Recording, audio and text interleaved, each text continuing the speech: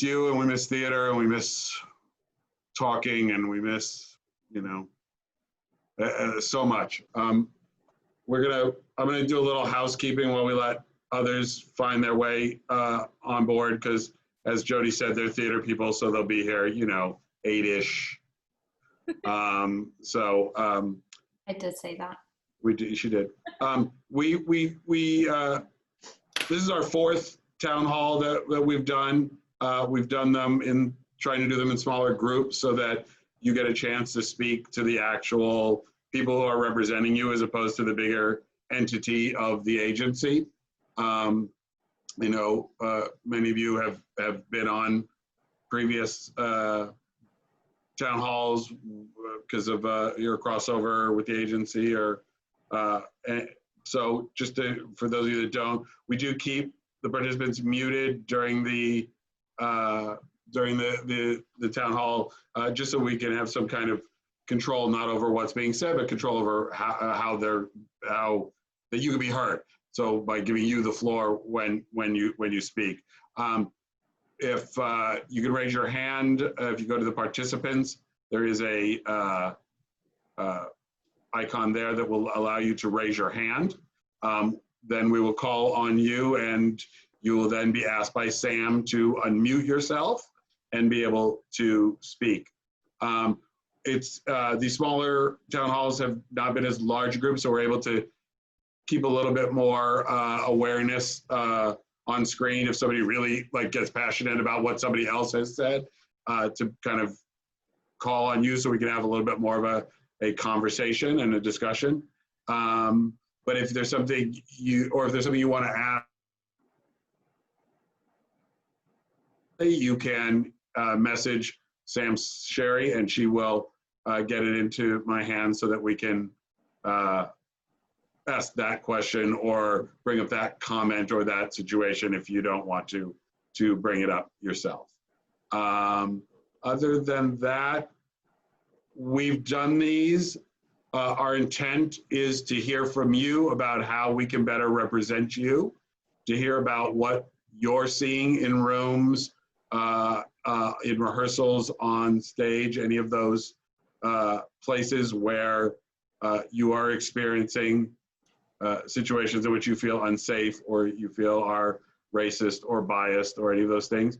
We are not asking you to give us a lesson in racism and discrimination. That's our job to do that homework on our own. But we want to hear from you about what happens, and as your representatives, how can we represent you better? How can we elevate your voice? How can we do that? This has been a difficult period, I think, for a lot of us as we've examined our own implicit biases, whether they're known or unknown to us, as we've dug through many conversations we have had and ways we have dealt with situations and how we are dealing with them moving forward. I mean, almost to,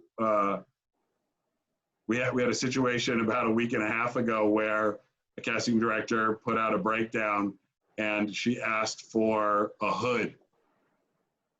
And we went, oh, that doesn't seem right. And it was a Black casting director and a Black writer. And we called the casting director and said, hey, we've been having these conversations, and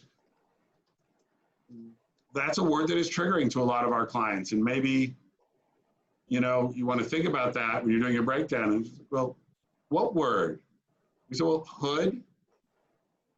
Well, it's a Black writer. Yes, we know that. And I'm Black? Yes. But we just wanted to share with you. And we came out of, and she's like, okay, thank you. I mean, I didn't do it with the intent to offend. And we said, well, we don't think anybody puts a breakdown out with the intent to offend. I think it just happens. But she did change the breakdown. But we then, in having conversations with some of our clients, they said, I don't feel you need to teach the Black people in the community how to put out their breakdowns or what to do. It's the white casting directors and we're like, okay, maybe we overstepped. Maybe we maybe we got a little too zealous in our position. So I bring that up only because I think it's we're learning every step as we do everything. You know, there's in trying to be right and correct, and we're learning at the same time, and we're learning from you guys. So I'm gonna mostly be quiet because I really think that Ashley and Jody are really in the trenches for you guys on a much more daily, regular basis. And so I'm gonna let them address most of what's going on and just try to facilitate the conversation. Cheryl, Vincent, this is the week before your son's getting married. What are you doing? Isn't it you have a wedding in like a day or two? My gosh. Yeah, he thought it was last week and sent me an email saying he wasn't going to make it because his son was getting married this week. I'm like, well, good for you. Thank you, Gerald. I love seeing your face. Amir, I saw you raise your hand. Did you have something you wanted to say before we started? No, that's okay. I sent the question to Sam. I don't have to be first or anything. Oh, okay. I saw your hand pop up right away, so I was wondering. Thank you. Great.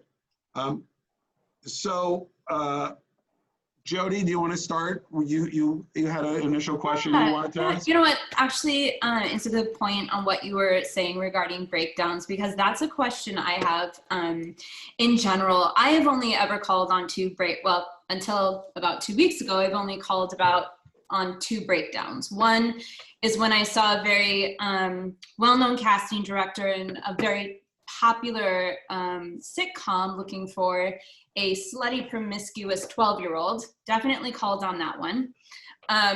It's like, what are we doing here, folks? Called to question it, not called to pitch on it. Correct. Right. And the other I called just because I knew the casting associate, and the breakdown said they were looking for a exotic European, like Brazilian or Venezuelan, and I called on that one too, just because I just wanted my friend to not look stupid. But I did see a breakdown after our full agency town hall where it had about 6 principals listed, non-ethnicity specific. And then maybe 7th or 8th down, there was a non-named news anchor. That was the role name, and it was listed as African-American. And I wanted to call the casting director because I thought, why are we listing non-specific for all of the principals and then listing African-American for the 3-line, co-star news anchor? It just seems like that seemed inappropriate to me, especially because I knew that they were seeing actors of color for the principal roles as well. I thought, you know what? I don't think you need to list that you're looking for an African-American to play this small role in this scene. It made me wonder, do you know you want a person of color and you don't want to have to wade through thousands and thousands of Caucasian submissions? And my opinion on that is deal with it. Wade through thousands and thousands and thousands of submissions. It's disrespectful, in my opinion, to let everybody know that you're going to be searching for a person of color for this little tiny role. Not everything else is non-ethnic specific. So I'm wondering if that would be a case that you would want your agent to call the casting director and point it out, because I honestly don't know. And then my second question would be, have you ever received a breakdown that's been particularly triggering that you would have liked to call us to mention it or felt you couldn't?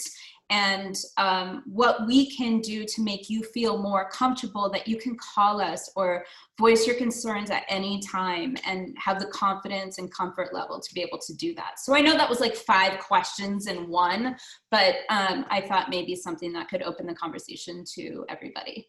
Yeah, we're really looking for information that does become triggering, that we can be aware of. And like I said, we have heard some of this before and know that certain words are triggering to certain people and certain words are not triggering to others. We've discussed, should we change wording in a breakdown? And unanimously we're told by our clients of color, don't do that, because we know how to decipher the code. We know what they're asking for when they say, we want street, we want ghetto, we want whatever it is that they want. And if you take that out, then we don't know what we're walking into. So with theater, it's a bit different for us because we're working a lot of times with a canon of characters we know. But, you know, what are those things that can become triggering or that we aren't, we look at things through a white gaze, through white eyes. We need to know what is triggering that we don't know. You know, we've had the conversations, ghetto, hood, urban is another one that we see. But what are the other triggers, I guess, is what we're looking for as well. Sophia? Hi guys. I have something which is it's not triggering, or maybe it is. I don't know. I'm still deciphering my own feelings. But one of the things, kind of like what you were saying, Jody, about like African American news anchor, like is when there's no specifics, especially when it comes to Black women. Sometimes just like, this is a Black woman, and you're like, but I mean, Why? who is she, and like, Yeah. what is she about? Like, what kind? Like, what is her personality traits? So sometimes in a breakdown, you see like all these specifics about the other characters, like this person's quirky and funny, or this person's like really serious and like this, but then you just see this person's Black, and it's like, that doesn't really mean anything. So then you don't really know as an actor like what to bring into the room. Yeah, we actually had somebody say it very eloquently in another town hall. She said, Black is not a character trait. Yeah. Quirky, funny, neurotic, OCD, anal compulsive. Those are character traits. Black is not a character trait. Exactly. And that I felt was very enlightening, very helpful Exactly. to hear that. Yeah. Sarah, did you want to jump in?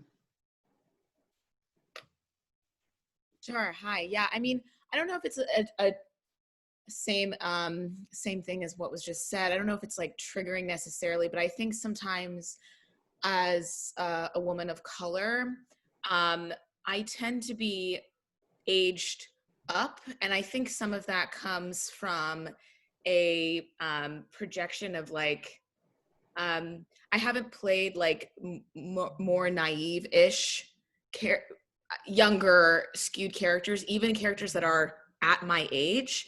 I tend to be in a lot of rooms with people who are, I would say, borderline like 10 years older than I am. One, I have a lower register voice, but I've always had a lower register voice since I was 17. My voice has been right here.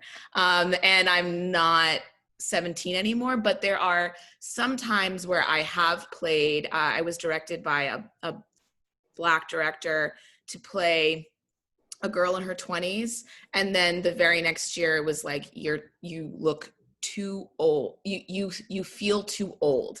And I think sometimes that there is a kind of naivete, or that's not even the right word that I want to say, an innocence that is robbed a little bit from women of color, a little bit, where there's a kind of over sexualization or just an older, and I think that also happens obviously we see this with Black men as well, but there's this younger quality that unless you look, in my opinion, sometimes I'm like, wow, that girl looks 12 and she's definitely, you know, she's older, but she's playing, unless you look very, very young. I think that's it. I don't know exactly what I'm saying, but I think there's something about an age breakdown where immediately sometimes I'm denied, and I'm like, no, but that's actually my age. So I know I look my age. You know, I mean, I don't have a bunch of gray hair or anything like that. So I just kind of, in terms of a breakdown, and when I've heard feedback of like, I think you might be a little too old for this, it's like, but I'm right there. So just those are some of the things that sometimes for me read a little bit like, yeah, I can play that still. I can wear less makeup if that's what it's about, or something like that. But so Sarah, do you feel that's more on camera, or do you feel that in the theater industry as well? I feel like it definitely happens on camera more, but I would say that sometimes in theater that tends to happen. The roles that I went out for a role before lockdown where it was a woman in her 40s, and there's nothing wrong with being a woman in her 40s, but I'm not even there. So, Yeah.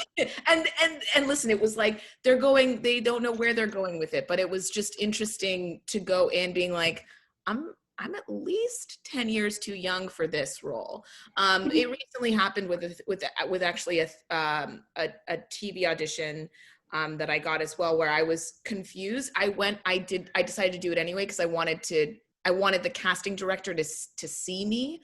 But I'm, I know when that happens, I look around the room and I'm kind of like, when it's been in person, I'm like, oh God, I'm not going to get this. And it feels almost sometimes like I don't want to call it a waste, but it feels like, my time is not being used as well. I did reject one audition for a theater thing that it was a woman who needed to be between 45 and 50 for a theater company, and a couple years ago, and I was like, I'm not gonna go do that. I'm not gonna go for the audition. Especially if you're a request from casting, because we want to always submit age appropriately. If you're a request from casting, like, we would maybe send it to you or to anybody to give you the opportunity to see that it came in, so we're not making an executive decision on your behalf if we're unsure. But we also want to know if there's anything that we can do to make you feel more comfortable to come to us to say, I'm not comfortable with this, it's out of my range, or I'm a little bit offended by the type that they're asking for, etc. We just want you to feel comfortable to come to us to have a conversation about it. And we also, for everybody, we don't want you going into rooms if you're feeling uncomfortable with the character or the description or the age, or if it doesn't meet your particular ethnic group, but a casting director sees you in the role. Like, we are so open to those conversations, but we also want, if there's anybody here who feels like they're uncomfortable to come to us, please know that we are so entirely open to every conversation, and we want to know what you're thinking about it, because we want you to succeed in the room, and you can't do that if you're feeling out of place. Amir, did you want to jump in here? I know you. Yeah. Okay. Well, first off, I just want to say, Jody, I've never felt like I couldn't talk to you about things that were uncomfortable. So I just want to thank you for that. Did that breakdown you were talking about earlier, where the first 6 or so were unspecific and the 7th one was African American, did you say that there was a judge character? Did I hear you right, or did I totally make that up? It was a news anchor, and it had news anchor. A few lines. Yeah. So I might be in the minority here, but I don't have a problem with that breakdown. I don't have a problem with a character that only has a few lines being described as their ethnicity. For me, what that tells me is that they know that the first 6 or so are open, but they know that probably a good number of those are going to be white, right? And so what they're saying is, look, this 3-line character doesn't really have any character to him, right? And I think we've all tried out for roles that, like, yeah, Black is not a character trait. Middle Eastern is not a personality. But when it comes to casting, I actually appreciate a casting office saying, look, this show is going to end up too fucking white. So at the very least, let's go ahead and make this newscaster a person of color. And so what I see that as is them admitting that they need more melanin in their production, right? And so I'm happy with them saying, don't submit any white people for this, right? I see that as being intentional on their part, right? So again, I don't know if I'm in the minority, but I just wanted to throw that in, but I don't have a problem with it. Yeah, Michael, hang on one sec, because Jay Lane, you raised your hand, and then Michael, I'll get to you. Oh, look at her swinging the mic in the shot. Oh. Okay, good. You're still muted, Jay Lane. Hey, there I go.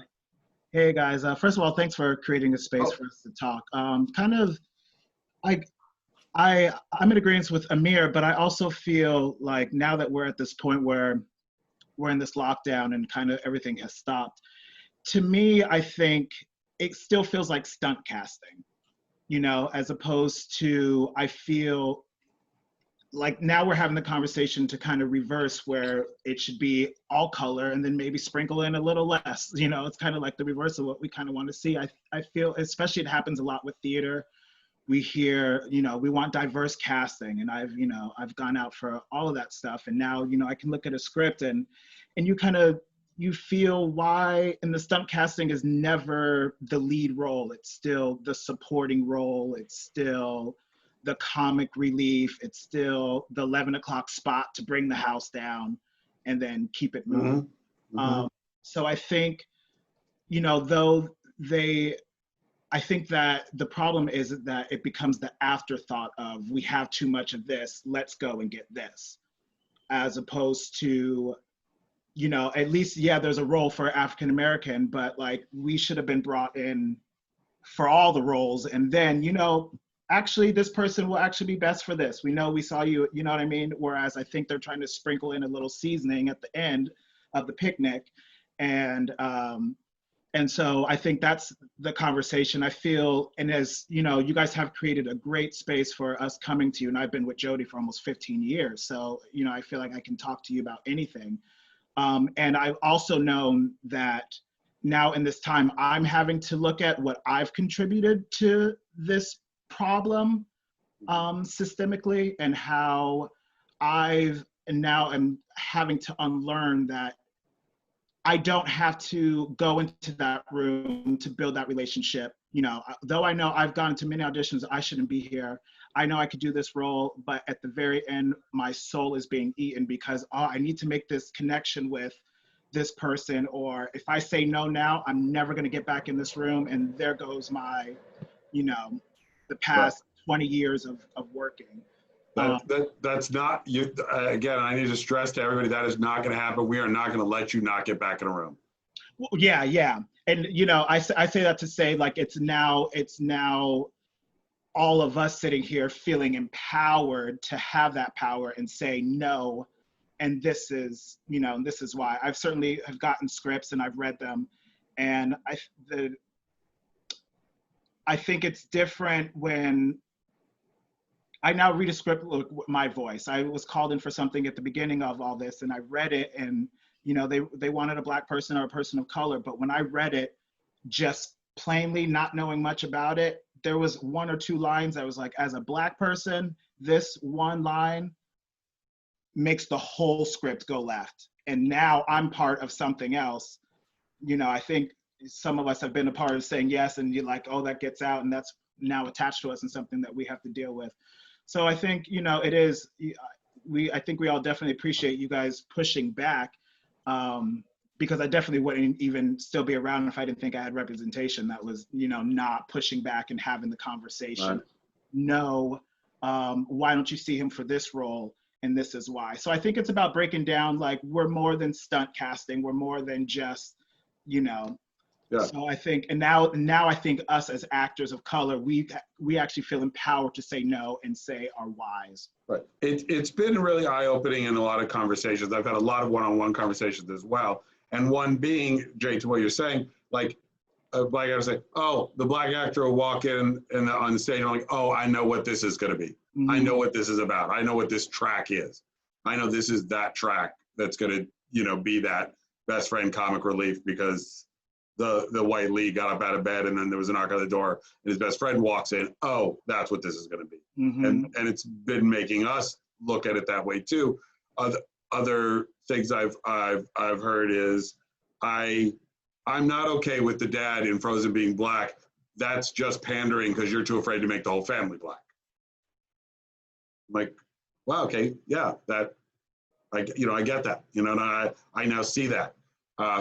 Somebody said ethnically ambiguous is just another way of saying I don't want Black. Right? I don't want to know what their ethnicity is. Yeah, and it also forces them to not do the work. We have to, by opening that, it doesn't make them actually sit down and say, what is this character? What is this voice? What can I get from having, I think words like ethnically ambiguous, like, okay, yeah, that means you can go either way, or it doesn't mean, but it's still, you want someone that's not white for a reason Right. in that specific, you know, in that. So it's like Right. those kind of terms. And I think especially, you know, on breakdowns, you know, we have so much work to do because those still, we're still put into those little boxes. We're never the Curleys, we're the Judds who get hung. You know what I mean? Like, Right. you can do that all kinds of ways, but at the same, you know, Right. we should be Right. doing Oklahoma, period. But Right. you know, it's those kinds of things. Right. Jay Elaine, you want to now try? Yes, this is the Jay show. Okay, so, but I do want to tag on what Jay did say about I do have to change my mind because the second you say, oh, it's that thing, I am just so used to, oh, I get it. That's where I fit in because that's just where I fit in. I'm used to fitting in there. So it was really hard for me to even see if that was a wrong. I'm really trying to figure out, is that a bad thing? But I think I'm with Amir where if you are looking for that type, that's what I do.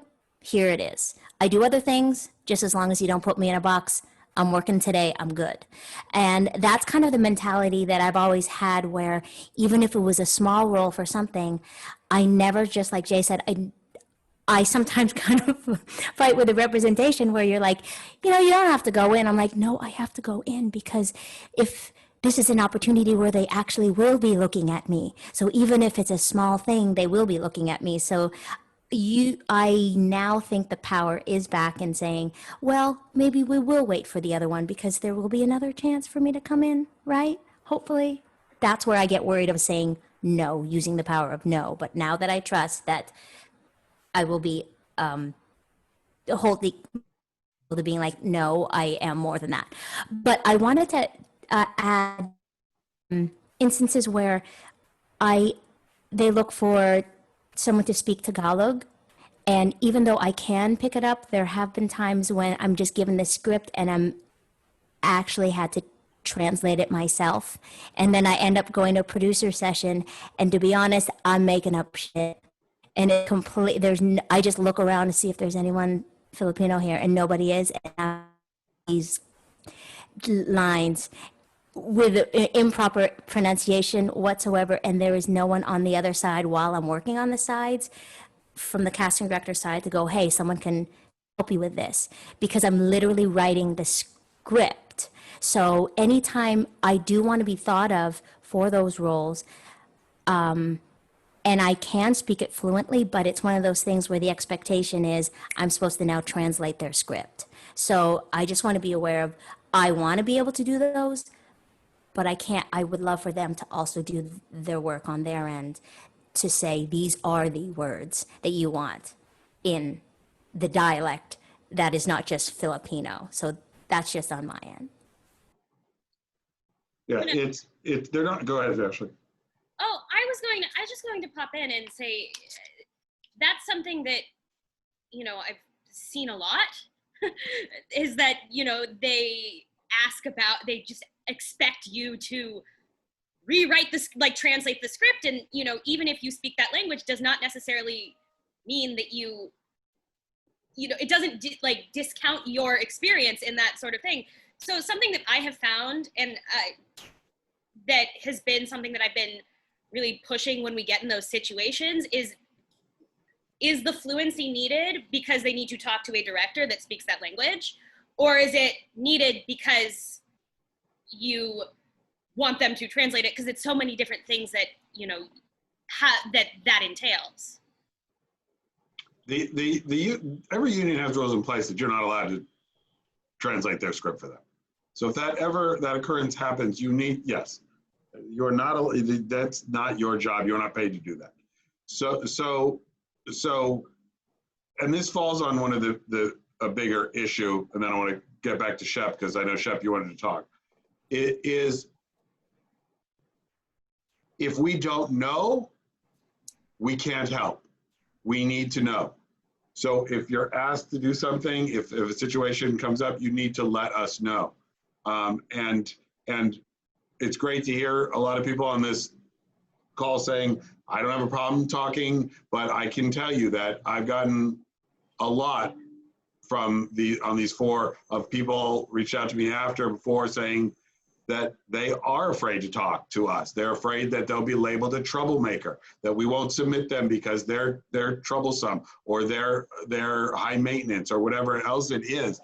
And that has been the one thing, I think, as somebody who's made a commitment to artist representation for more than 30 years, that has hurt me the most, because I want to be there for the people I represent. And I don't want anyone to ever be afraid that talking to me about something they feel uncomfortable with is going to affect their representation or their ability to get out.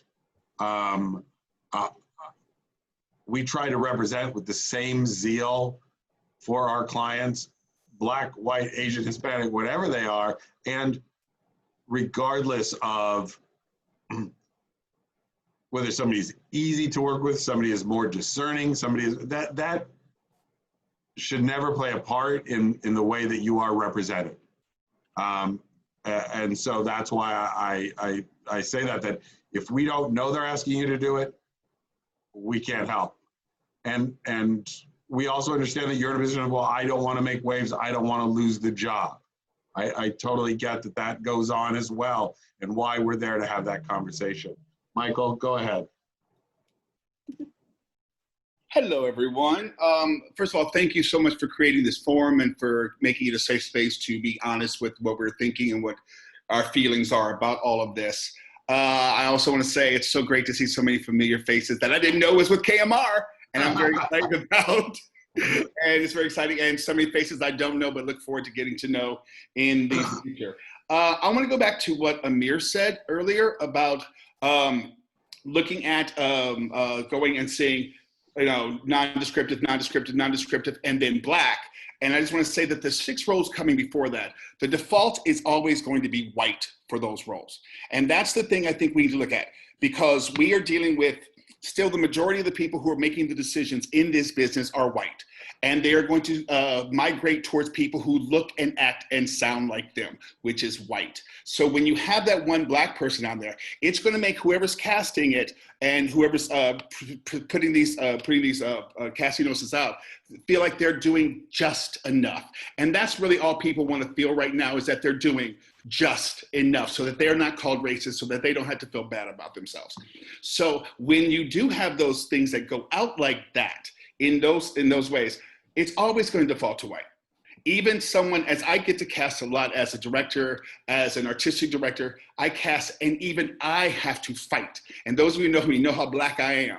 Even I have to fight those urges to not default to white, because that is what has been ingrained in us for so many years. So if I have to fight it, imagine not having looking through my lens, how that's going to look, to someone who has, been given just, oh, I know exactly who, I want Sandra Bullock for that. I want this, that's always going to be the case. And I also want to look at this too, in terms of the thing behind just like colorblind casting and color conscious casting. One of the things that has been put in place with Celebration, as I'm the artistic director, for those of you who know, artistic director of Celebration Theater, is that every director has to sign now something that says they're going into this with color conscious casting, that any show that we choose to do, we are going to sit down and look at and figure out, not in terms of what Jay was talking about earlier, oh, we're going to squeeze this Black person here, squeeze this Asian person here, even though there's a couple lines that feels a little off, we're still going to do that. But really looking at what these conscious choices are. Why are we looking at these people for these roles? So that when we put out our breakdowns, it's like we know we're looking for Black folks, Asian folks, Hispanic folks, differently abled folks. We know we're looking for those people, which also, as particularly in theater, the dog whistle is all minorities encouraged to attend. We all know what that means. Y'all can come in, we're gonna be glad to see you. We would hug you before the COVID, but we're still gonna default to white. And that's what so many of us have to deal with day in and day out in making those decisions, whether to take those auditions or not. To drive down to La Mirada, knowing we're not going to book it, but happy to have them see us. And that's the thing we have to discuss is, why are we going in? And not saying that La Mirada is a problem, because they do have some just stuff there. But look at their casting for Mamma Mia right before the COVID. How is that going to change now? I also want one of the things to talk about is, you said something, Mark, that was great, is that any one of us on these screens right now can come to talk to you or Jody or Ashley or Sam and say, this is what I'm feeling. This is what is happening. Please, help us out through this. In a forum a few weeks ago, there were 5 artistic directors, all white, who said, oh, you can always come to my office and talk to me. We all know that's a lie, because we as people of color will always be, I don't care who they are, we will be deemed a troublemaker. And they will come back to you, and no matter how open the 4 of you are, it's going to come back, and you're going to think in your head, wait, are they really a troublemaker? Because it's said once it's said. And I think we need to deal with that. Is it trouble saying things like, this person just said this in a rehearsal hall, and I come back and tell the artistic director, who then goes and says, well, I don't know what to do. They call you guys. What does that do to your psyche in terms of dealing with us? So those are questions I just have. I'm actually getting emotional listening to this, because I love you guys so much, and I hate that you have to deal with this.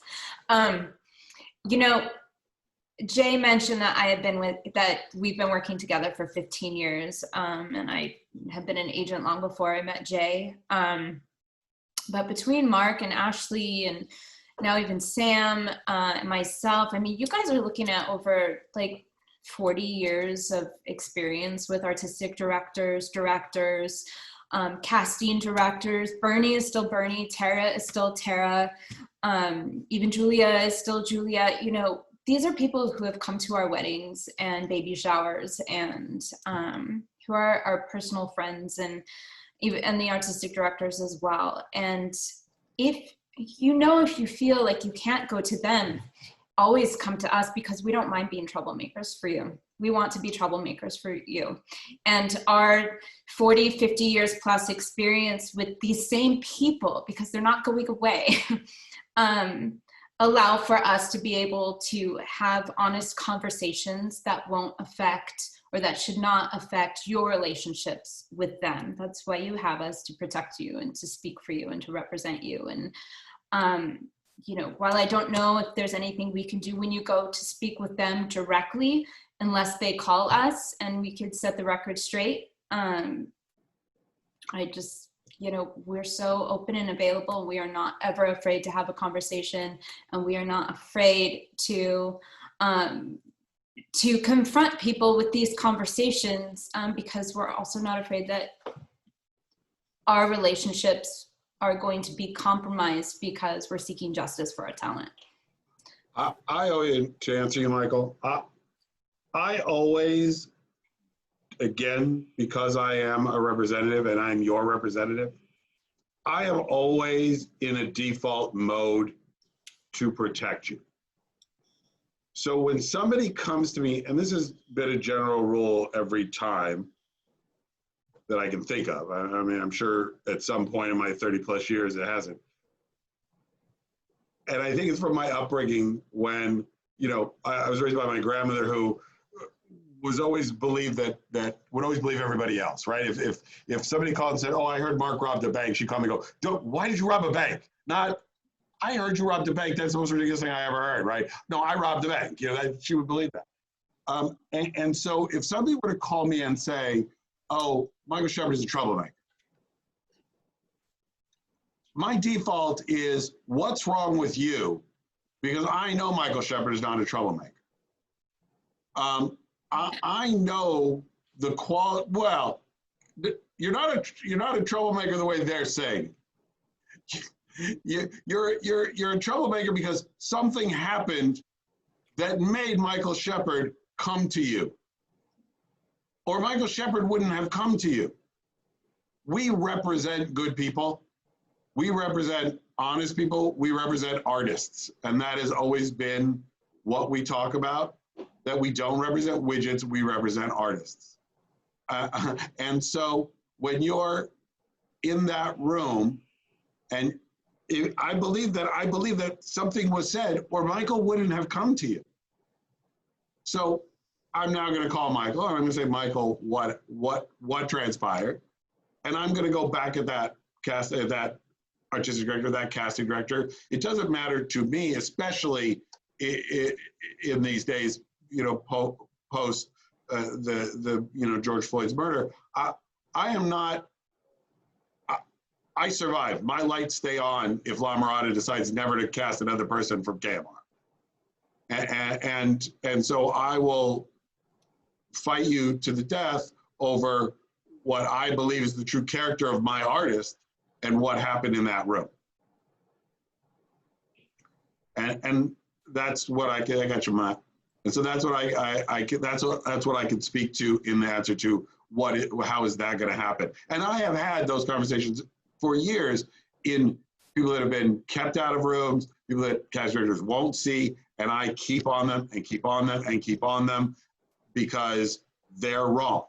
This person is talented. This person is right for the role. You need to see Michael Shepherd. This role is Michael Shepherd. What about Michael Shepherd? And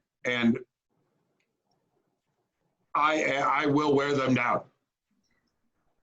We've had conversations with artistic directors later on saying, hey, you haven't seen so-and-so in 2 years. What is your problem? Well, here's what he did. Okay, that's what he did. I can't speak to that. I wasn't here when that happened, but I can speak to the fact that this is what he is now. And this is who he is now. And maybe you're getting false information. That's happened as well. Well, I talked to so-and-so who directed them in such and such, and they said this. No, that doesn't fly. You give me the information when he's done it to you, when she's been that way to you. Not because you heard it. You don't know that situation. You weren't there. You don't know what transpired. And you can't allow that to happen. And I've had those conversations, and I will continue to have them probably even at a higher level now because of this awakening, and I, I'm embarrassed as anybody to say that my eyes have been open and I'm seeing things in a different way, even though I thought I was woke. It's just as aware and woke and I was a part of a implicit bias seminar, and the moderator took us through an exercise that was mind-blowing. And he said, you're on your way to a meeting and you're rushing to the airport, you're late, you get there just in time, you make it through security, you're dying, you're running through the airport, you get on the airplane, and you just picture this going on in your mind. I want you to picture this. And you're running through the airport, and you get on the plane, and you pass the pilot, you're getting on the plane, and he says, oh, lucky you just made it, and he shakes your hand, and you sit down, and you fly the rest of the journey, and you get to your hotel, you're exhausted. Just picture your mind in this. And you get there, and you go, you give yourself a dinner, a really nice dinner, and a couple across the way celebrating an anniversary. So you send them champagne, and you finally make it to your meeting the next day, and you go in the room, and you close the biggest deal you've ever closed as an agent. It's amazing. The studio head is congratulating you and patting your back on your way out the door. Now tell me, was the pilot black in your mind? Was the couple that was celebrating an anniversary same sex? Was the head of the studio a woman? And the answer was no to all of those questions for me. And it was like, that's how woke you are. But it goes back to, Michael, what you were saying. What is that default that's ingrained in your brain? And as agents, it happens. We've had those conversations. Older agents, that's their default. Younger agents who grew up in this time of we want diversity, they think differently. They think a little bit differently. Sarah, you've been waiting. Go ahead. Yeah, I think some of the an answer to go a little bit back to the news Newscaster. newscasting. I think what it comes down to for me is about intention. And I recently was involved in a reading of a brand new script, and the family was a white family. It said it specifically in the breakdown. My role was Black, and at first I was like, all right, okay, I understand. So they want to put some diversity in the thing. She's a DA, so all right, cool, whatever. And I was like, whatever. I'm reading it, and I'm like, so happy they asked for, they want their color in the cast. Like, so glad it couldn't be a Black family. And I didn't realize until the end of the script, the intention had to be that it was a white family and a Black female DA, very specifically for part of this script that was beautiful and heartbreaking and important. And it was important that it was that way. Mm-hmm. I think the newscaster had, and if there was a reason other than, if the reason is we want some color, that's not the reason. That's not an intention that I can get behind. I can get behind an intention of, it's important that this newscaster, although they have 5 lines, is Black because it's important to the storyline for this specific reason that is in support of what, for me, it does really, it comes a lot more towards intention and the purpose behind it, as opposed to like, oh, we just need some color. Right. That's a really good point. And maybe that's the way to address it with casting, because quite frankly, we only received appointments for people of color for the principals in that script. So, and the importance of this is to be able to hear everybody's perspective, because we don't want to be one voice for one perspective. We want to hear everybody's ideas, because where one person wants us, knocking down the door with pitchfork and torches and saying, hey, this should be this way, another person might say, this is great because there is some inclusion happening. And another person might say, hey, did you consider that maybe the region for where this is set might require that the newscaster be Black, or, and that's why it's important that we're just hearing everybody's perspective on this. So there's so many right answers, and we need to hear them all. So please keep them coming. Thank you so much. Jacques? I'm sorry, Larry, go ahead. No, go ahead. I'll reframe some other I got it, things. Verlin, I got you. Jacques, go ahead. Yeah, they have me muted still. Thank No, you. you're good. We hear you. Excellent.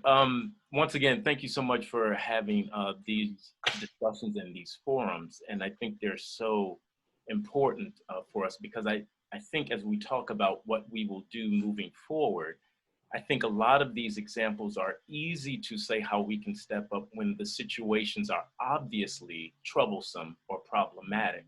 So as Michael Shepard said, we often worry as actors, whether we're actors of color or genders or whatever, disabled body, we're worried about the perceptions of our representation.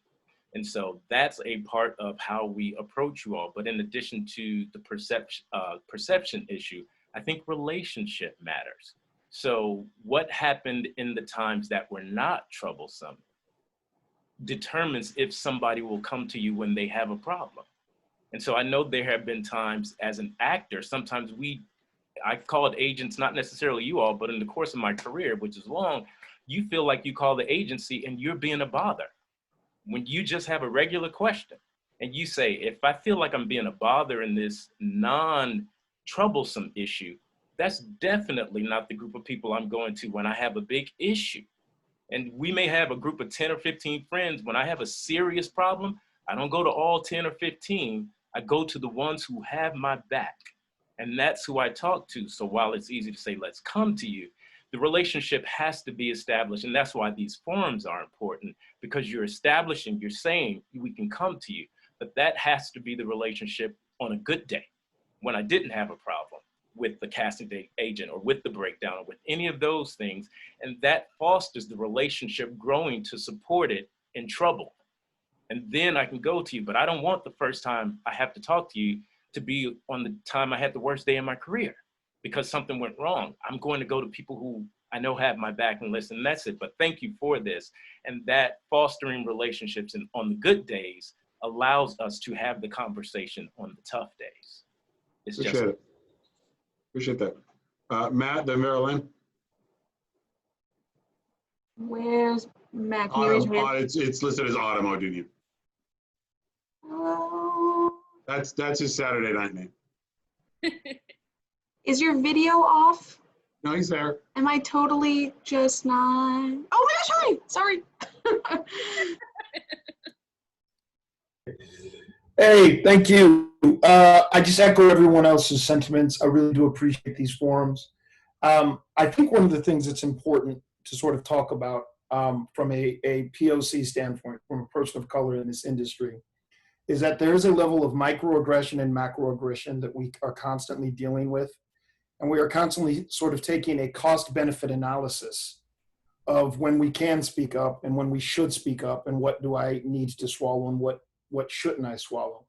And I guess the question that I have as we sort of foster this conversation is, when I'm in a circumstance where there are just, it's from the time we sat down in the table read to it's just been thing after thing after thing after thing.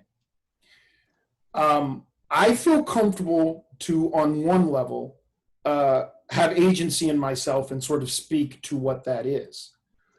But the thing that I know gives me pause is, how much can I bring this to my representation? Because I think that for a lot of people who are not people of color, there would be a large amount of surprise at how much gets dealt with and swallowed in circumstances when you are the only person in the room who looks like you. And so that's why the question, and it's a true one, because I feel like I got good relationships with all of you. On the same token, I also feel that I am always taking a cost-benefit analysis. But as we are in this place where we can re-examine how we move forward in this industry, there's a part of me that's like, yeah, I would love to not have to put up with that stuff. And I want to know, to what degree can I start bringing that to you? Because it's a lot. There is a lot. And there's a lot that if I started to bring it to, my representation, I think that or if we all started to, there might be also some real sort of being overwhelmed by how much people of color are dealing with these sort of microaggressions in these rooms. And I think that, again, I'm thinking specifically or speaking specifically to those instances where you may be the only person of color in the room. It's a very different circumstance when you're in a ethnically specific play and there are a lot of people around who look like you. But I'm talking about when you get something at one of the big houses and you may feel fortunate that you're just in there because they went color conscious and they allowed you in, but then there are all these sort of microaggressions that you're dealing with. To what degree can we have those conversations? And how can we then ensure, because there's a consequence to everything you do, right? But how then can we ensure that we're not being labeled, again, I think like Michael was talking about, I'm not a troublemaker because I'm bringing to your attention the fact that you are doing, saying, and participating in behavior that is belittling to my personage in this room. Yeah. So that's sort of the question. I mean, for me, I would rather know what's happening than not know and be told of it later on. You can always talk to me. I feel anytime I get any of you on the phone, I'm always happy to hear from you, even if it's not a happy thing that you have to talk about. I really want to express to you that you can always call us. We're always here, and I'm always so sad when I hear about it after. So please just, talk to us. I also think that we're going out of this into a new community. We are going into this with an awareness on all levels now. And this is not, these are conversations that are happening in Bernie Telsey's office. There are conversations that are happening at theaters around the country, as Michael has pointed out. his happens to be one where one of the artistic directors is Black, but there are others that are I'm having conversations with Kate McGuire, who runs a theater in the Berkshires, and how does she bring this to her board, and how does she, get people in, the Berkshires to understand this. So I think it's a conversation that is happening community-wide, Matt. And so I do think that it is one that when it's now brought to us and we reach out to, that there's going to be more consciousness, and it's not as difficult a conversation. It's not as tricky a conversation to have. It can still be a difficult conversation to have, but it's not as tricky a conversation to have anymore with people. And people are look, they are still sometimes clueless. When Chelsea's office was confronted with, don't be proud of yourself because you have a Black Elphaba 16 years into your run and she's the cover. And their answer is, well, we can't give up Wicked. I'm like, well, yeah, you can. If Joe Mantello doesn't want to put a Black Elphaba in there when the whole fucking show's about color, then there's a bigger problem there, and you need to be aware enough of that to say, maybe I do need to let this cash cow go and let someone else deal with this. But I'm not making decisions for Chelsea's office. I'm making the decisions for KMR. So like I say, they're having these conversations in-house, but they still, but it's an easier conversation now to have. It's one that people are more open to listening to. That casting director that we spoke to, sorry, I told in the beginning, Black casting director and a Black author, she could have told us to fuck off and would have been well within her rights to do that. But in the current climate, she did change the breakdown. She realized that it was maybe not the best use of the word hood. Yeah, and Matt, I totally agree with Ashley too. Please call us anytime. Look, we carry ourselves a certain way. We want people to know when we walk into a room, we're there to do business, that we are fighters, that we are strong people, and that we don't take shit and all of those things. We put that out there. It's part of our jobs to put that out there, and you want fighters like us on your side, but we don't ever want to give the impression that we're not reachable, or that we won't listen to what you have to say, or that we're not available to you, because we are. Because, aside from being on your fight team, we're also parents and daughters and brothers and sisters and all of those other things. And we do care for you a great deal. And we do want to be a part of fixing these issues. So you guys get both sides of us. And not everybody does, but we don't ever want you to think that because we're agents and we're business minded and we're all those things, that we're not going to listen to what you have to say, because we need to be a part of fixing this. So I totally agree with Ashley. Come to us anytime, however big or small of a situation with a hand. We're totally going to listen. And as Mark said, these conversations are happening everywhere, and we want to be a part of it. Also, Matt, just so you know, we went back and forth on a lot of these town halls about, do we invite all the clients or do we just invite the BIPOC clients? And in the initial one, I did invite all the clients because, and I got a little flack for it from some of the clients of color saying, well, we feel freer to talk about it without all the white faces on the screen. But I wanted the white faces to hear.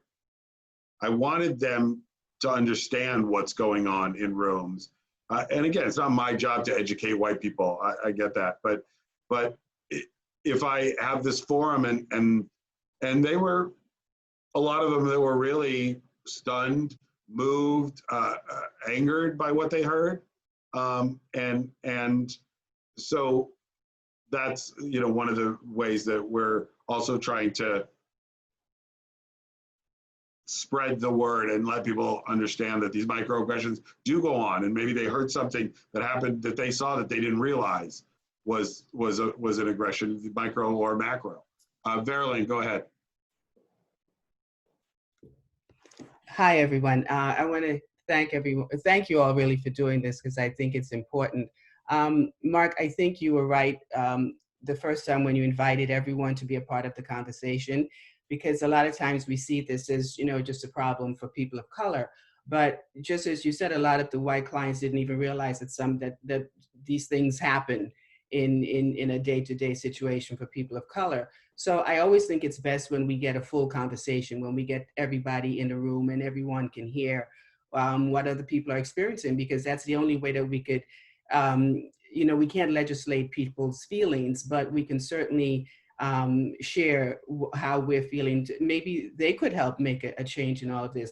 One of the things, there were so many things that I'm hearing now. I was trying to keep my thoughts together here, but one of the things that we as people of color have to realize, because now that the conversation is out there and everyone is aware of these issues of racism and so forth, but I think one of the things that we have to, people of color, actors of color, people of color in general have to really take into consideration that sometimes we self-alienate ourselves as well. And that's because of partly what Michael said, well, being afraid of the fallout. But I think if we expect white folks to become woke, which is the term now, we have to get that way too. We have to empower ourselves to feel the same way, that we by self-alienating, we're pulling ourselves out of the situation and really are not giving our voice to how we are truly feeling. And it sometimes there's a lot of fallout for that, yes, because who knows, we may not get called back into that office. But I'm always of the mind that if we don't take the control for ourselves, we cannot wait for somebody else to do it for us. We have to be present in the room. We have to let our voices be heard. And I'm new to KMR, so I have not really dealt with a lot of the agents, but I do know for one that Jody's who I came in with, Jody has always been a strong ally for me. She has gotten me out of a couple of sticky situations, and I appreciate that. But the main thing that I think, and somebody else said it, it's based on relationships. If you don't have a relationship, I don't think that person could really know what's in your heart and how to fight for you.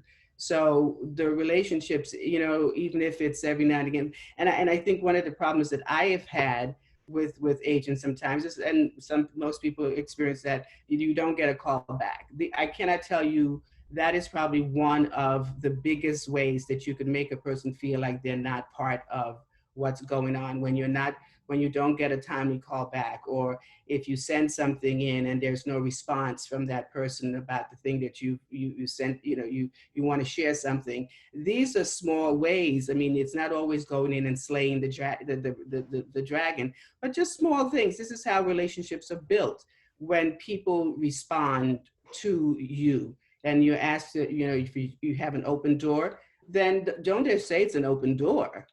It's got to be open for someone to walk in. So, sometimes, it's so quick to come with these little quick catchwords, the diversity, the open door policy, all of that. But if we're not willing to do the work on a personal level, then you can't have these relationships. And if you can't have these relationships, then you cannot trust that your back is going to be, you have someone taking your, watching your back for you. So we all have work to do. I'm not just putting it on you all, I'm putting it on me too, in the fact that I know I have to be more assertive.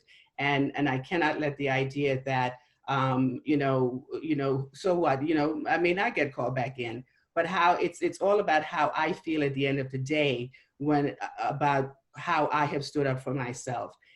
But also knowing that my agent will be as assertive in that respect too, and to attend, not just to, I'll call that person back later. No, that I cannot think of a better way to make someone feel like they're not important, not getting a response back, not coming to a performance, not, acknowledging the work that you're doing. So these are all ways that we could, if we're going to be honest about it, I think these things need to be on the table. And while I appreciate what we're doing, but we must find, actionable things now. It's more than just, lip service and saying, putting it on your website or whatever. We have to be honest about these things, and we have to really if we want to make a change, make the change. It's not just about lip service. It's about how you're going to take these things and make them actionable. And I think that otherwise, why? We can continue with these forums forever and a day. But if we're not really serious about making the change, then I don't think anything really we're going to just sweep under the rug and move on again. Right, and I can share with you a little bit about what the agency is doing in an actionable way, Marilyn. And these kind of smaller town halls were one of those ways, just because we do believe that the conversation needed to continue and people needed to be heard. But besides I can't talk to each individual agent as to what they're reading, what they're doing. I can talk about the position we're taking as an agency, and that is one, the mandate to our literary department to reach out and get more voices of color and get those people into the rooms so that those stories can be told, that those theaters can get those plays, that those writers' rooms can have writers of color in them. Because again, where we're at in this systemic system of racism, we need to find ways that we can really affect the change. And we can only do that by, we can push and we can push and we can push. And if the creators aren't creating or they're not willing to hire that, then that's a wall we come up against. So we are working to get those voices into those writers' rooms. That's what our literary department is doing. We're also now taking the track with the same kind of energy that we had put into, as many of you know, we're the only agency with a division for performers with disabilities. And the same way that we have gone in to educate casting, vice presidents of casting, showrunners, and those kind of things, we are doing from the BIPOC side as well to get our limited power in those rooms to be able to say, hey, here's our clients of color, and here's what they do, and here's what you don't know about them, and the voices that you're leaving on the table. So those are just a couple of the things that we're doing as far as bringing to our clients. And I'm gonna call you out, Michael Shepard, but Michael Shepard called me out and said, it actually is your job to educate white people. We're tired of doing it. And he's 100% right. And why we are bringing bias seminars for our white clients, why we are bringing showrunners to the table for you to speak to them yourself, casting directors, ad agency producers from the commercial side, and we're setting those up as well so that you will be able to have that roundtable and you'll be able to speak to power directly, to hear from those showrunners and be able to tell them, here's what we perceive from our side. So those are a few of the things that we're doing and working on, and there's a lot more to be done, and we understand that. Sarah, I think you were next, and then go ahead, Sarah, and then Lisa, I think you had a comment after that. Yeah, gotcha. I just wanted to speak a little bit to other ways that I feel like in terms of like microaggression things and ways that I feel like KMR can support. I feel, first of all, I'm mixed race, and I often feel excluded from a lot of roles because they're either looking for, I'm not Black enough to be in the Black breakdown, and I'm not going to get cast as a Jewish woman, typically, even though I am Jewish and I am Black. And so I think there is something to be said for also ethnically ambiguous is a category that I look for and I love to see, but they are also not necessarily looking for me. And that is confusing as a performer. So I don't know exactly what way that can, that KMR can help with that, but there are two things that have been coming to my mind while listening. And one was in the very first town hall, something that was said, and this is definitely in my experience, a way of that microaggression happens in this business is when I go to set or when I'm going to a theater and the hairdresser I normally have to take care of my own hair, and my hair costs a lot of money. It's one of the ways that systemically racism happens in this country, period. If you're getting extensions, braids, dreads, whatever, you're spending easily, very easily as a woman of color or a person of color, $10,000 a year on your hair. That's a lot of fucking money. And when you're an artist who is not at the tip top, okay, like, you know, you're talking about a lot of money spent on just maintaining. And a woman shared in the first town hall about how she gets her hair done before she goes to set. I'm very lucky that I have a hair, one of the hair people that I go to see is also in the union for hair, and she works on set, and she is Black and she does my hair. But outside of that, she's very expensive for me to just go see her as a private client. Pasadena Playhouse, I got my request in very early when I was doing a show there, and I went to my director and I said, hey, I want to get my hair done and I don't want to pay for it. And they put it in their budget and they got it done, but they were shocked at how much money it cost for me to go see her. But that's one of the ways that I think support on set, support in a theater for my hair, which is part of my moneymaker. It's how it's how I take care of myself and my upkeep. You know, it's just as important as going to the gym, being able to eat in a healthy way. It's like, it's my hair, you know, it's my hair. It's very, and hair, in my experience as a woman of color, is a sensitive area as well. It's become now a bullet point in all of our deals. We ask it on all of our deals now, that we make sure that their hair and makeup people are versed in whatever it is. Which I think so. Thank you. I'm glad to hear that. And then I also just wanted to say that last summer I was fortunate, and also it was an eye-opening experience to go perform at Utah Shakespeare Festival for the entire summer. But there is no support in an area where there needs to be support when you land there as a person of color in a very different place than LA. Like, you know, I mean, I'm not saying LA is at the tip, is way more woke than any other place, but the difference between here and Cedar City, Utah is insane. And, you know, I had to field questions about the Jubilee Act when you're asked to do panels there, which I really love to do. You know, I think that there's something inherently in the microaggression of a person of color that feels like I'm taking up too much air in the room. And I've personally had to combat that every time.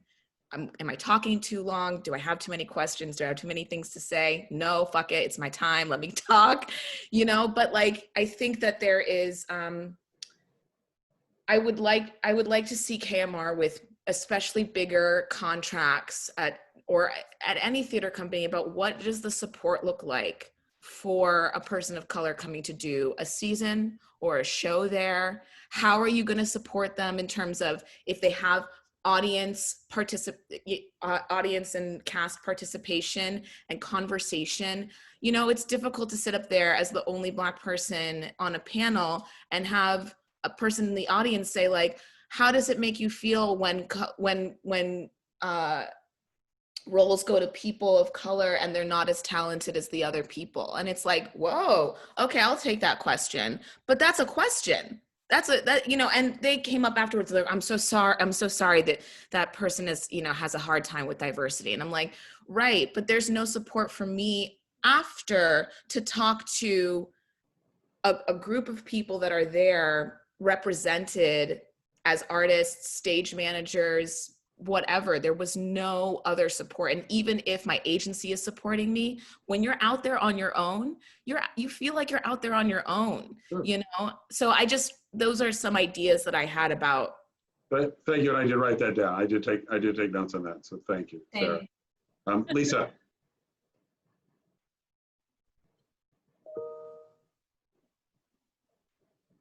Okay, Thank you. Hi, everybody. Really quick, I wanted to say thank you so much, again, KMR, for having this platform.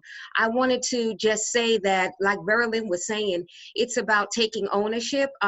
This is an individual thing, but it's about, for me, taking ownership as well as building those relationships, because I have been in every example that was presented. I have been in that situation. And from the beginning of my career, even if I knew it would make me take the steps instead of taking the elevator, my integrity as a woman, as a Black woman, as an artist has always been at the forefront. So even if I had a conversation with an agent where I felt a little that we needed to talk about a situation, I went and presented it in a very relaxed kind of way. Let's have a professional conversation. And I must say the doors was always open and I didn't feel any attack after that. Again, with the relationship, KMR has bailed me, not really bailed me out, because other opportunities have come for me that I was able to take, but I was bullied by different producers, and I was able to call KMR on several occasions, as well as my other theatrical team, and it was handled. And also in regards to roles that I've been submitted to, I personally like to receive everything, whether it's the one line or the, you know, or the lead. At this point in my career, I am looking for the lead. But I trust my team to know me and to know my work, but still send to me so that I can make that decision for myself and talk to you. And the door has always been open when I've been able to say, no, I'm not looking for that right now, or no, I plan to stay in LA or New York at this time. So I just wanted to speak to that building that relationship, if I call, if I send an email, I am, that respect is returned to me as an artist within a comparable amount of time. And so I'm so thankful for that, you know. Yeah, since this has happened, Lisa, I've thought back on our conversation many times, because you and I did, you came to me after I said something to you that you found offensive.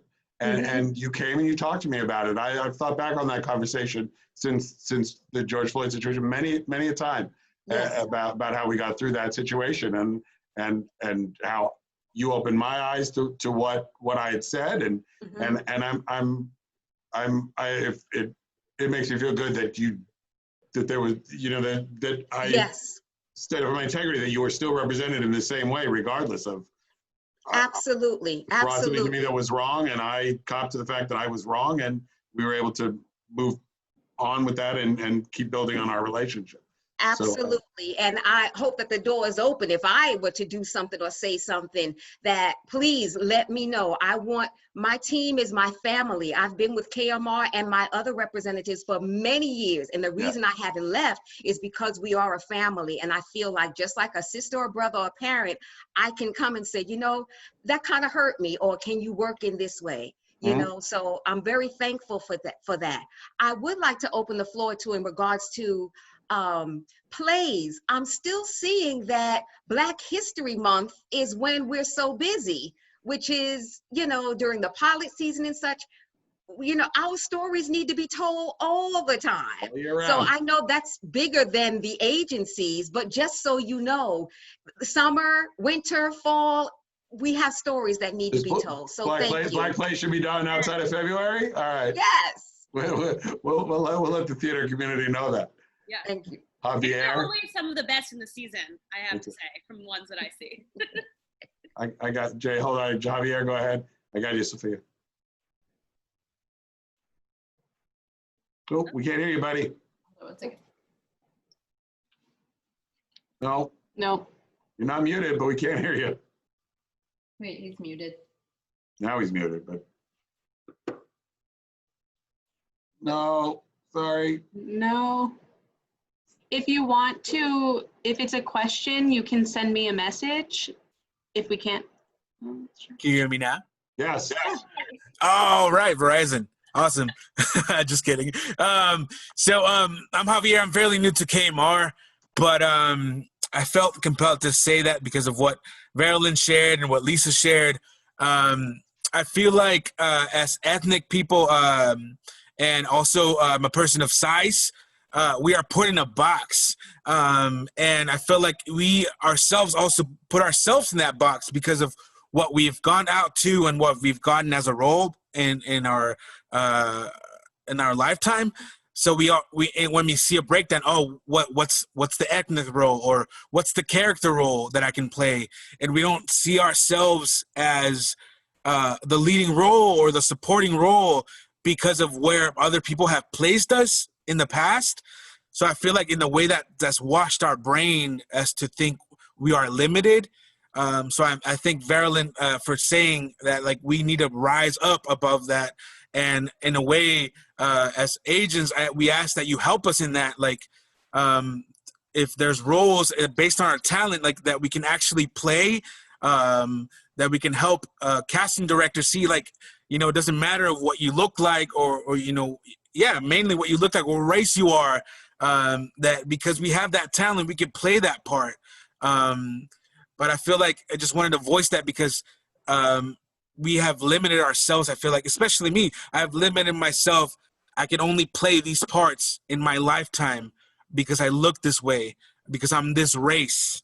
And I really want to change that moving forward, you know. And a couple years back, I went to New York and I saw Shakespeare playing Shakespeare in the Park.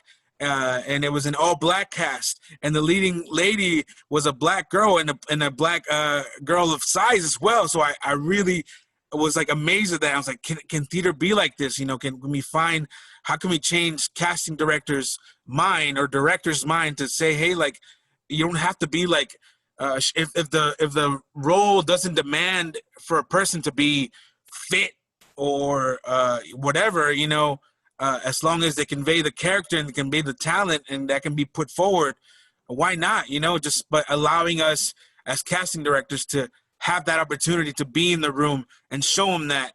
I feel like that is an ask for you guys as casting directors to help us in that, and help. I know that at the end of the day, that they decide what they're gonna do, but at least to put ourselves out there in those type of roles and not just the roles that people see us in or the industry puts the box in, you know. But thank you, Mark, for allowing this to happen, this forum, and I really appreciate it. Thank you, guys. Appreciate it. I didn't allow anything. It had to happen. It's not about allowance. It's the conversation that had to happen. Jay, and then Sophia. Jay Donald, not Jay Elaine. Yeah, well, no, obviously had some hot date because she's gone. She gone. Yes to everyone that's just been speaking. It's just made me think of, you know, it's so much bigger than us. We're almost the last, you know, peg on that totem. Like, to me, like, I just finished a couple of years of doing the blackest shows that you could probably do, and we were in a fishbowl surrounded by white people all around us. So the way that we were handled and treated within that was very triggering, traumatizing a little bit. It was very, yeah, it was just very eye-opening to me. And so now I feel something that maybe our agents and representation can help us with is really putting pressure on these casting directors and creative teams. If you're looking at the names and you're not seeing anyone of color, any names, you know, that I feel like we go into these rooms and that's how we then have to, how black am I going to be in this room? Oh, there's all white people in this room? Okay, maybe not that black, you know, whereas if I walk into a room and there's a couple of me sprinkled behind the table, I'm like, I could turn it up a little bit, you know what I mean? So I think it's a matter of really, and I think you see a lot more in theater, you know, because everyone wants to be diverse casting, but you walk into these shows where they want diverse casting and it's a sea of white people behind the table. And honestly, the jokes don't land the same because black people be black.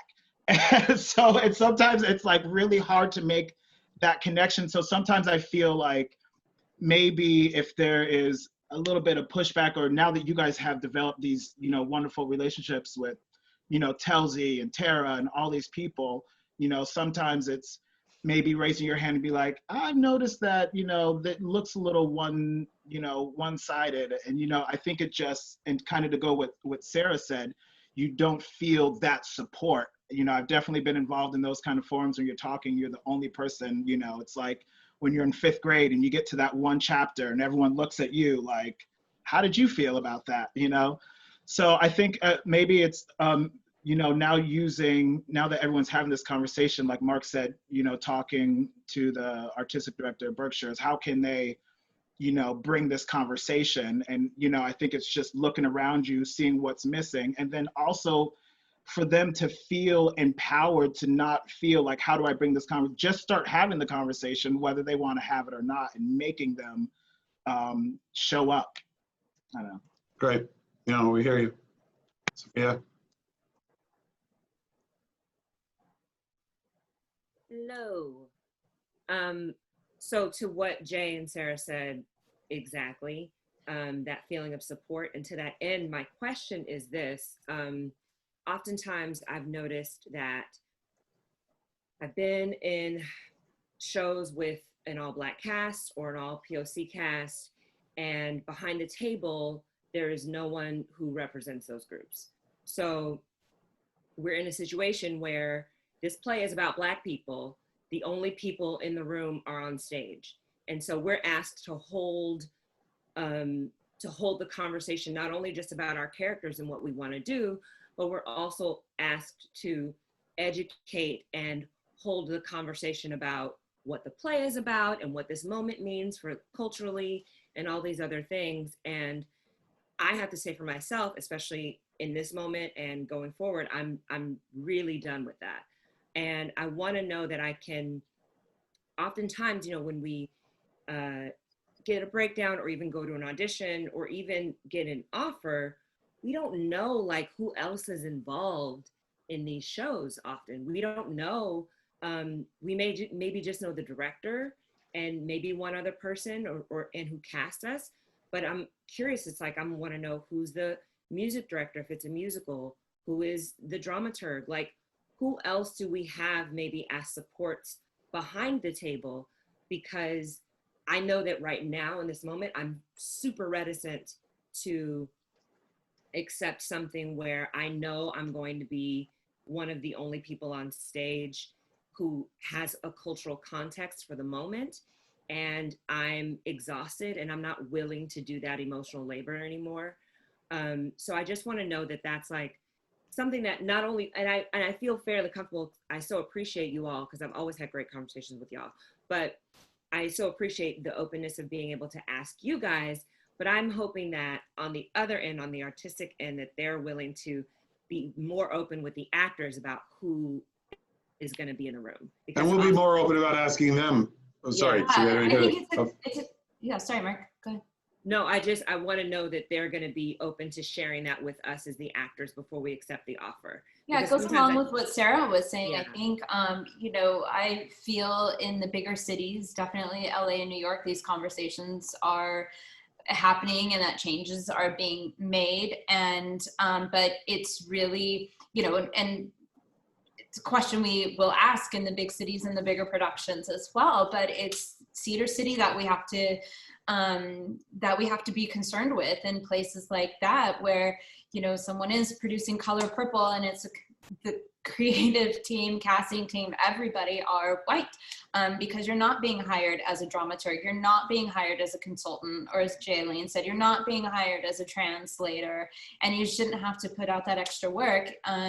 You know, and we agree with that, and it's not something I've thought of before and will absolutely think of with every offer I get now, for sure. Well, we've got a different perspective now as we're taking these offers too, and making these deals. When we see that, you know, we were just as guilty of churning out the auditions and throwing people in. Oh, look, they're doing, you know, Colored Purple in this season in Sacramento. Boom, boom, boom, and where else can you fit? And grinding it out and not thinking about what happens to you when you get to Sacramento. And you know, it's a white director and a white music director and an audience. You know, we're looking at it as in a different way too. Yeah, it's a 100%. question I know that I'll be asking in the Sure. future. So I just wanted to, and I want to encourage everyone to ask those questions. And we'll have the answers, hopefully. Yeah. We'll have the answers, hopefully. Shep?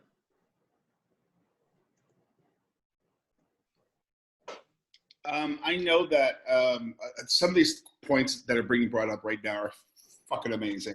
And especially when Jay's talking about the fact that the talent behind the table, because he was with the blackest of all black shows on tour for a couple of years, and that entire team is white, including the people who recreated new music. That's not where I'm kind of going with this. I want to talk about, and what you were talking about earlier, the team here, KMR, about what your action items are. And I believe that with hearing this conversation, that it should be demanded of theater companies to release the bios of who these people are so we can do our research before taking those roles. So we can ask our black friends, brown friends, yellow friends, red friends, whatever, what was your experience as a person of color working in these places? And because there's a lot of people who don't want to speak up. There's a lot of people who don't want to speak up to you guys, but they'll talk to us and they'll go, well, this moment, we'll hear that. We will hear that. And then we have to second guess it. But then again, we want a job because we want our insurance. So it's like, I think it is, and because I know the three of you are probably talking to a lot of other casting directors about this. So if you could pass on this information that we need to know who these teams are. Because yes, and going back to Color Purple, I produced a Color Purple with a white director, but he had 3 people of color, including me, on his team, letting him know. Yeah. And that's what has to happen, because it's like, but there's a lot of people who don't want to go, I can do whatever I want. And, but then we as people of color are not allowed those same privileges, even though we've had 400 years to learn everything about y'all, to do everything. To know everything about y'all, but all of a sudden it's like, but we don't know enough to direct Ibsen. We don't know enough to direct Chekhov, So I want to know who these people are before going into the room, or if I'm being offered something, I want to know who they are before accepting the offer. Right. Awesome. I love that. Katie, then Vera Lynn, and then Quana. Just so we know where we're going. Hi, you guys. Can you hear me? Cool. So I just wanted to circle back to what we were talking about earlier about the term racially ambiguous.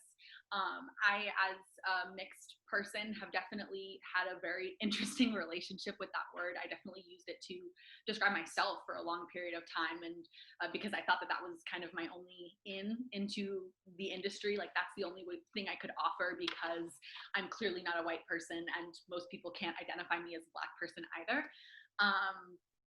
But like you were saying, Mark, that's kind of, it's an offensive thing, because it's meeting your diversity requirements in, I guess, like a more palatable way. So I definitely think that that's something that we should step away from, and it's still something that has very much been in my circle as of recently. It's like saying they're not committing to anything; they just want color there. Exactly. And it's not saying I want a Black man, I want a Latinx, I want Asian, whatever. You just exactly. I want somebody that is color, but I don't want people to go, oh well, why did they use a white guy? Why did they use an Arab guy? Exactly. And another thing that I kind of wanted to add to that point was that I'm done being told by white teams, that X, Y, and Z roles are for real Black people. That's very offensive language, and because there's not one way to be a Black person. There's not one way to be a person of color. We come in very different shapes, very different sizes, very different shades. So yeah, I just kind of wanted to put that out there, that's an unacceptable thing to use. But it did come up in our conversation in New York about colorization, and about that we do have the different, the color, like Once on This Island. Mm-hmm. It is about the shade of the actor, because in fact, it was one of the things that when I saw Michael Arden's pro, I was like, I don't get it, Michael. What are you doing? It's you've mixed the cast. Mm. Great, I get that, but this is particularly about colorization, And so, what is in the how does that play out? That, like we said, that's like a whole seminar we can do on that. And so I hear what you're saying. I get it. I definitely think that part of that is we need to be careful about what language we use to Right. express that opinion. By being told you're not a real Black person, you can't be in this show, or you can't be this part. Right. That's not the way to do it. But if yeah, in that case, it is about, you know, identifying different groups of people, or if you have the goal of lifting up you know, our darker skinned brothers and sisters, that's a great goal. That's definitely something that we should aspire to.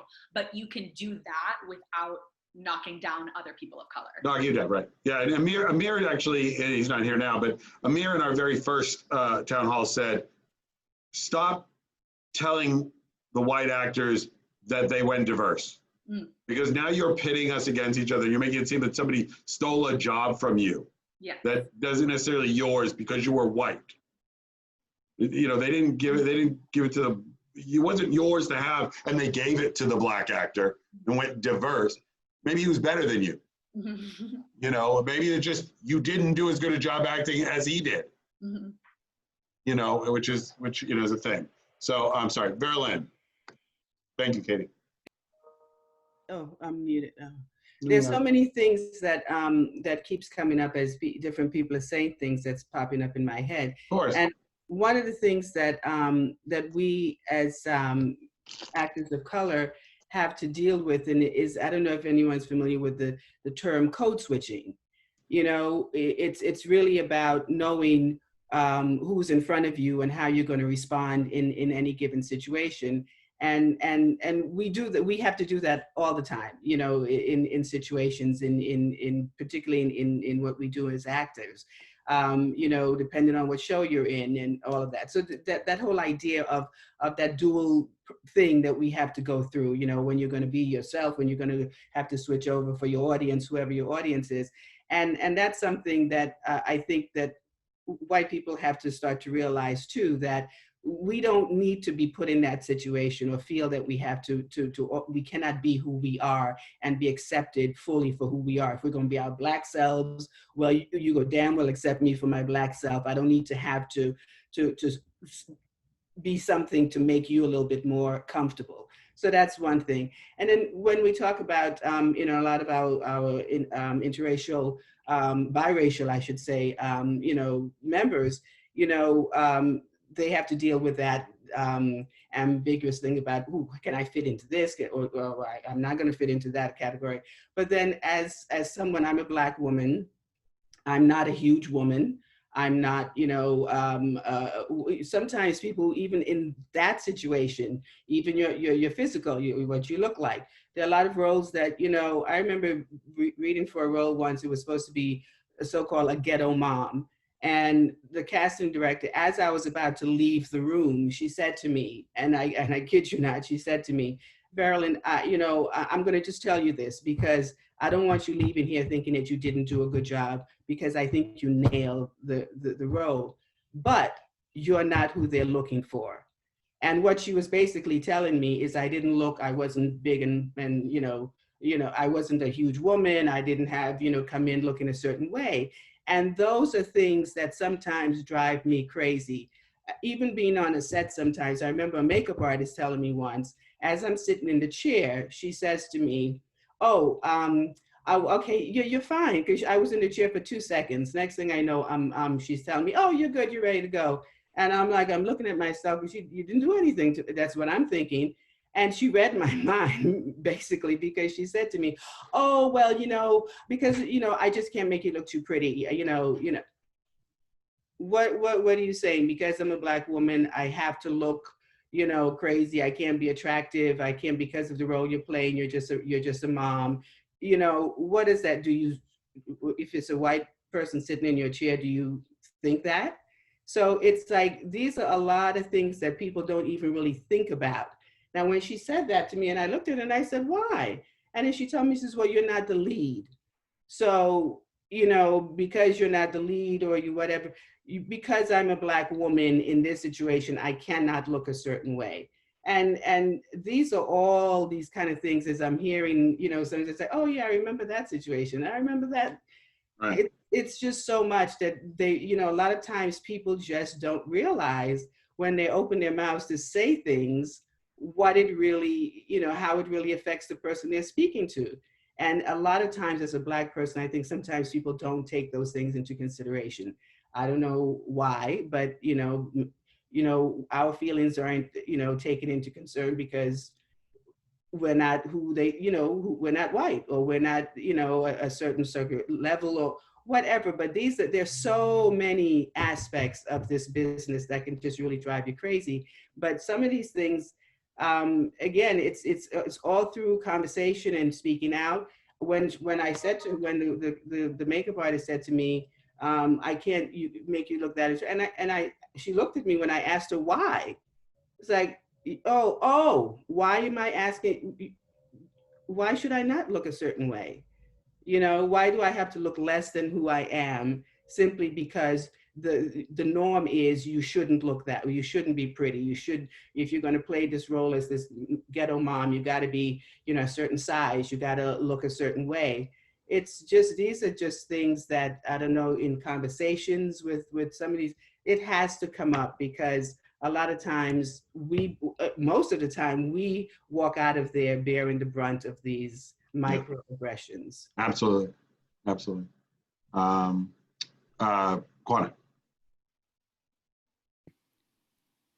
Can you guys hear me? We can. Okay. Thank you for this. And what I have to say is very much in keeping with what Verilyn and Katie have just said. I even had someone last year say that they didn't want to put a certain product in my hair because I looked too ethnic. What does that mean? So I can't, one of the reasons why I haven't said anything is because it is so the norm for me to be asked, what are you? Where are you from? Or to be told, oh, you're not enough of this, or you're too much of this, or no matter the room. So I go in for Latin roles, I go in for Black roles. I'm not Black enough, I'm not Latin enough. I'm too Latin, I'm too Black, right? It's something that is like a daily occurrence that is so upsetting that I'm actually having a hard time even articulating it. But I was thinking about the actionable steps that can be taken on your parts. And I think one of those things is you must occasionally, I don't know, but maybe you occasionally get feedback about that. Maybe you occasionally get, oh, she wasn't ethnic enough, or she was too ethnic, or I don't know, but maybe you can correct on your end if you get that kind of feedback. Because I know that I've often been, it's down to me and like, well, funnily enough, it's been down to me for a commercial and like a 50-year-old bald man. It's been down to me and a woman who's blonde and 6 foot tall, right? So they're clearly like, which market do we want to go for? And I think we don't always know that, but if you know that, two different things to let us know, because it makes us feel a little bit better that they just had no idea, but also just to call them on it. If they say something like, not enough, what do you mean by that? So that we can understand what they mean by that, or understand that they don't know what they mean by that. Because they're usually, playing with stereotype with that. And I don't play stereotype, I play real people. And it just makes me furious. So I was just trying to think of actionable steps, and that's just one thing that I've never said. I appreciate it. Thank you so much. Thanks for sharing. And thanks, this is your 3rd town hall, I think. Thank you for being there and supporting us. It means a lot to us. Thank you. Thank you. Tony.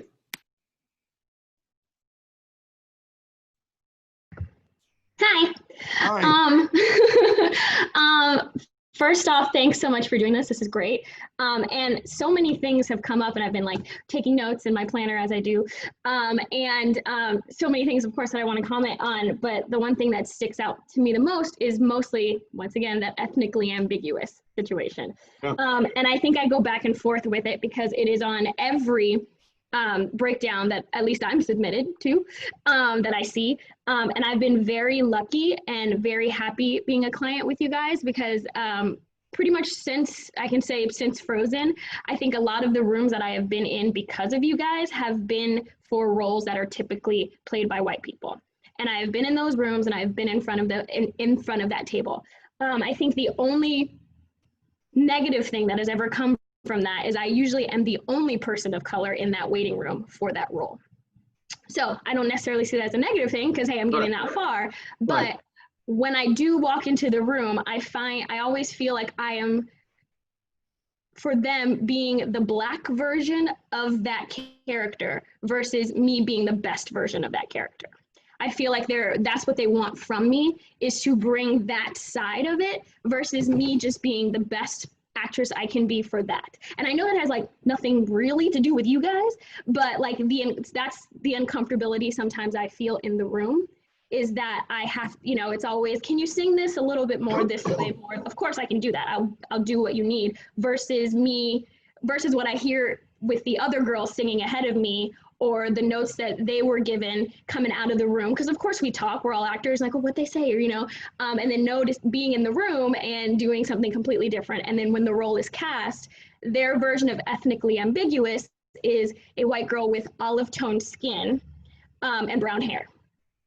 So it's always slightly confusing with that, but always that is something that gets us in the room. So I always feel like it's a double-edged sword, because I don't want it to not be there, because they can just say, we're looking for a white girl and that's what we want regardless. And I know you guys do your best to pitch us regardless, based on talent, regardless of skin color or origin.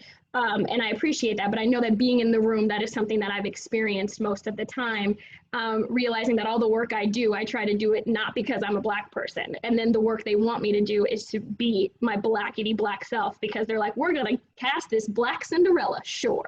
And I just feel like that's almost worse because then I am not seen as being picked for being the best. And that's when the issues of they went diverse came.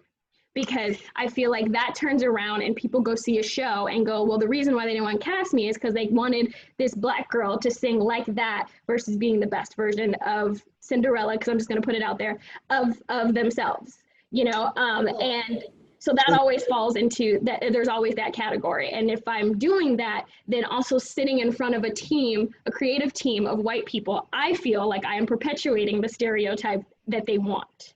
Versus we don't want you to.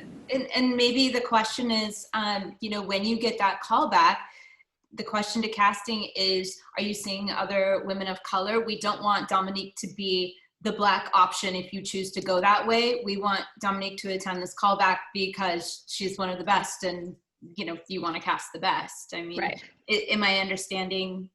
Well, yeah, because the thing that makes me nervous, also us moving forward with everyone waking up, so to speak, to the new changes, is that I'm afraid of just cause casting and just cause shows. And I'm afraid that they're going to just put people of color in shows because they want to show how diverse they're being, whether or not that actually that person being a different color might actually add to the storyline, might take away from, or make certain things different. So I'm like nervous with what moving forward. Of course, having diversity in any show is great, but I'm always nervous about what that actually means moving forward. Because that also goes to say with like the example with Sacramento Music Circus, when they do an entire season and they do Color Purple and it's directed by Glenn Cassell. No offense to Glenn Cassell, but if I'm gonna ask him a question about, possibly, playing a character, and I don't think, he can give me any insight. So, yeah. Yeah, look, look, what you just said is encapsulated in your current job. And I will tell you that I have seen all of the Annas that are in Frozen. Dominique's in Frozen down at Disney. You are without question the best Anna in that show. They don't think that. They think that one of the white girls is the best, and have told me that. And I have told them, well, I disagree with you, and I've seen all of your Annas. You do the best job of that character. And that is not about making that character Black or adding those things to it. You hit the jokes, you get her essence. It has nothing to do with Black, white, anything. It has to do with the performance that you give on that stage. And it is the best in that character. Thank you. And we've had a ton of conversations about this, how producers wait until the show's about to close before they put in a Black lead.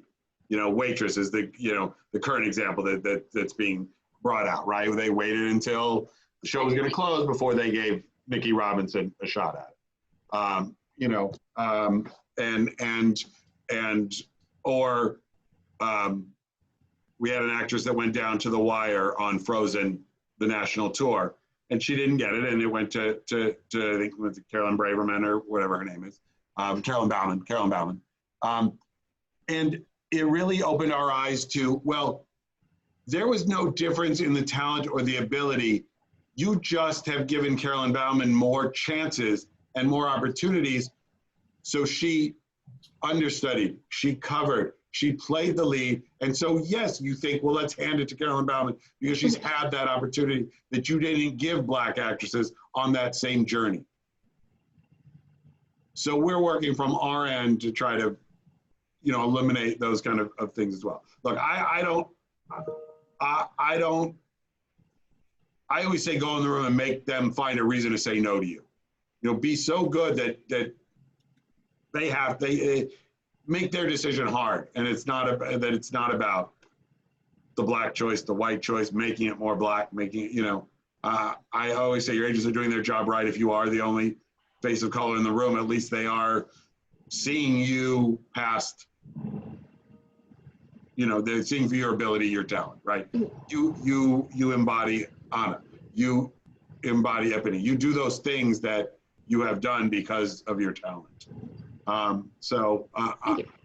hear that argument, and it's, again, we're having our own conversations outside of these conversations, so almost continually, and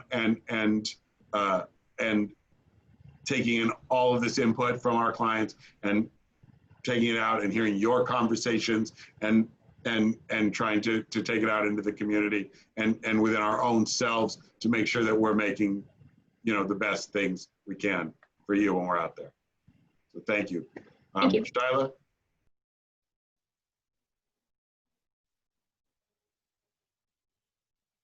There we go. Hi. So just really quickly, thank you again for all of this. It's really nice to hear everybody's voices on all of these issues, and I'm just nodding my head so much with all of it. I guess for me, just really quick, like an actionable item, something that I kind of even thought for myself that's happened in the past that I thought, ooh, I should maybe just highlight this. Even if it's a small role for ethnically ambiguous, multi-ethnic, something or other, where they just kind of have a general everything. And then I've been later in the room where it actually isn't multi-ethnic and they change it and you're Brazilian or you're, I'm like, but I'm, do you want to know what the breakdown is? But because that's not it. So now, or half Filipina or whatever. And it's like, I wish I would have had all of those tools. I wish they would have had the information to give to you, to the agents, to the actors, so that they could then make that choice. But then that was just because they just wanted, again, just a little bit of color in the room, whatever.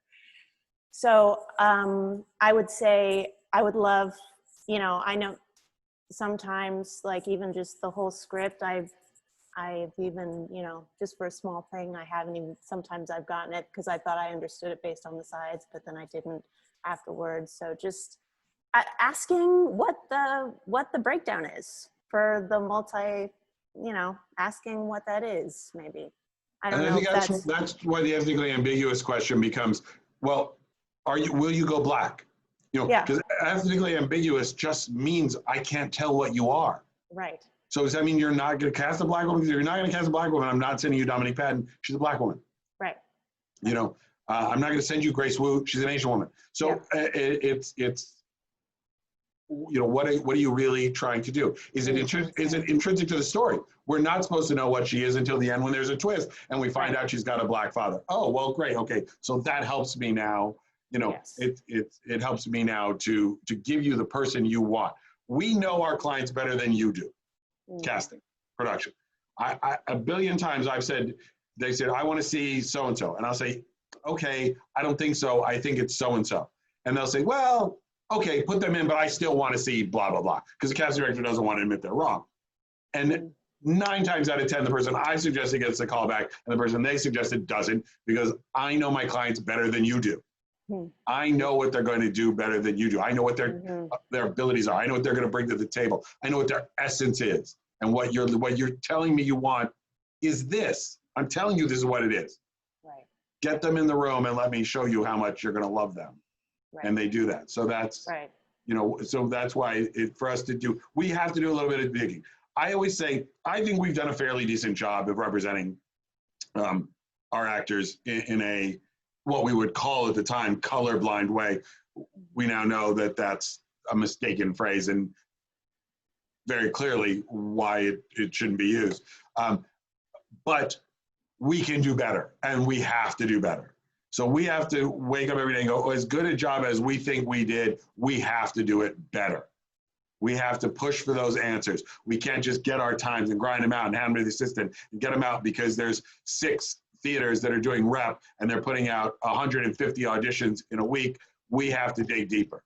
Well, you're doing Color Purple. Who's involved in Color Purple? Because like you say, Dominique, if it's Glenn, there's some actors that don't want a job. There's some actors that'll do it. There's some that won't, and don't want to put themselves in that situation. You know, as Sophia was saying. So we need to know that information so that we can represent you the best that we can, which is why we're doing all of these. So yeah. Sorry. We Also, have a few going more- back to what Sarah said earlier on the ethnically ambiguous side, intention is really important to me. And I'm so glad you said that, Sarah, because if I see ethnically ambiguous on, you know, a role description, it's going to be a flag for me. What is the intention of that? Is it because we're going to raise up our ethnically ambiguous people or our mixed race people, and it's an opportunity for, you know, to raise people up and play a lead role and get out there? Or is it a way to say, well, we know we want to sprinkle some color in the cast and we don't know exactly what we want. One of these things is good. One of these things is very complicated. And in the full agency town hall that we had a few weeks ago, one of our New York actors, commercial actors, spoke up. I think she was in New York, and said that every person brings something different to a role, and our question to casting is, what do you want? A Pacific Islander is going to bring something different than a Middle Eastern actor is going to bring something different than, you know, an African American actor will bring something different than somebody who's Korean. So what are we looking for? Is it really that we're looking for someone who's ethnically ambiguous, or are we trying to sprinkle color in a cast? And that's the question I think for casting. And thank you for pointing that out. Yeah. So, sorry, Sarah, did you want to just tag on? Because if I'm not understanding something correctly, I also want to know. Oh, no. I mean, no, yeah, I think the attention is there. And I also just want to give a little bit of like a follow-up about, I think the difficult thing, and specifically in my case, is also I feel I'm ethnically ambiguous, but how most people see me is Black. And so, but then there's Black, but she's not Black enough. And I think that is the problem with sometimes just an ethnically ambiguous, because I am ethnically ambiguous. You cannot tell probably that I am Jewish. You probably wouldn't know that, but I am. So to me, I am ethnically ambiguous. Well, I would know because of the tails and the horn. That's what gives it away. Right. I'm sure. You know, but it's, you know, I think that is part of, I think that is, that I think that's one of the things that I feel like is difficult about being ethnic, that label of ethnically ambiguous. Are you talking about mixed race people? Because the breakdown for a mixed race person is different than ethnically ambiguous. Right. Yeah, and that's what we're saying. It's a very different thing. That's what I'm saying. It's a totally different thing. And I also just want to say that there's, you know, I love the idea of going in and making it really difficult for them to say no to me, but there's also an added pressure of being a Black performer and being a person of color performer that I have to be better. I have to be the fucking best to be seen. And that is just one of the ways that I feel like you know, when roles are not out there as much, and I feel like sometimes I'm like, oh, there's a role that's perfect for me, and I gotta grab it. There's a difference when, you know, more roles on TV and in plays and everywhere are white, right? So they get more opportunity immediately. The reason we need more support, why we need even maybe more attention, is because the roles are fewer, the opportunities are fewer just by numbers. And then we also have to be the best. We have to be the best. You know, you can't just have a black president be mediocre. He's got to be Barack Obama. Do you know what I'm saying? And to me, it's like you got to be the fucking best in order to get the. So I just, you know, I think that there's not really Yep. Gerald.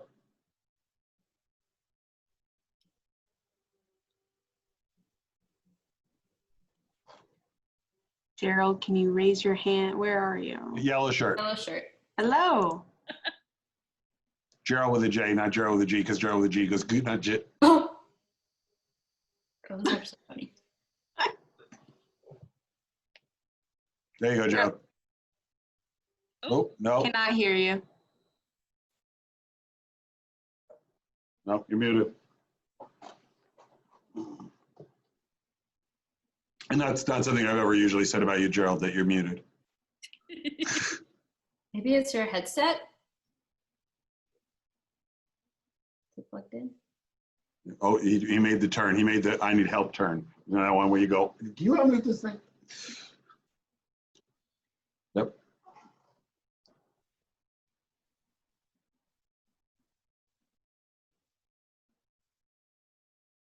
All right, Gerald, while you figure it out, I'm just gonna jump to Grace, and then we'll come back to you, Joe. Hi guys, my name is Grace Yu, and I'm just very grateful because not only is it a time to talk, you know, to our team about actionable points, but honestly for me, like I just feel so empowered, you know, as I'm trying to unlearn and learn.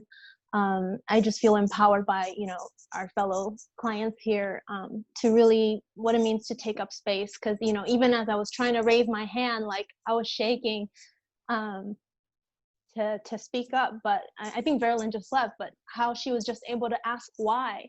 Like even that little thing is like so brave to me because I think for me, like, you know, even last year when and I'm sorry you're finding out about this now, but you know, when I was working at the Hollywood Bowl during one of the rehearsals, the director just told me like, yeah, like walk like a mail order bride.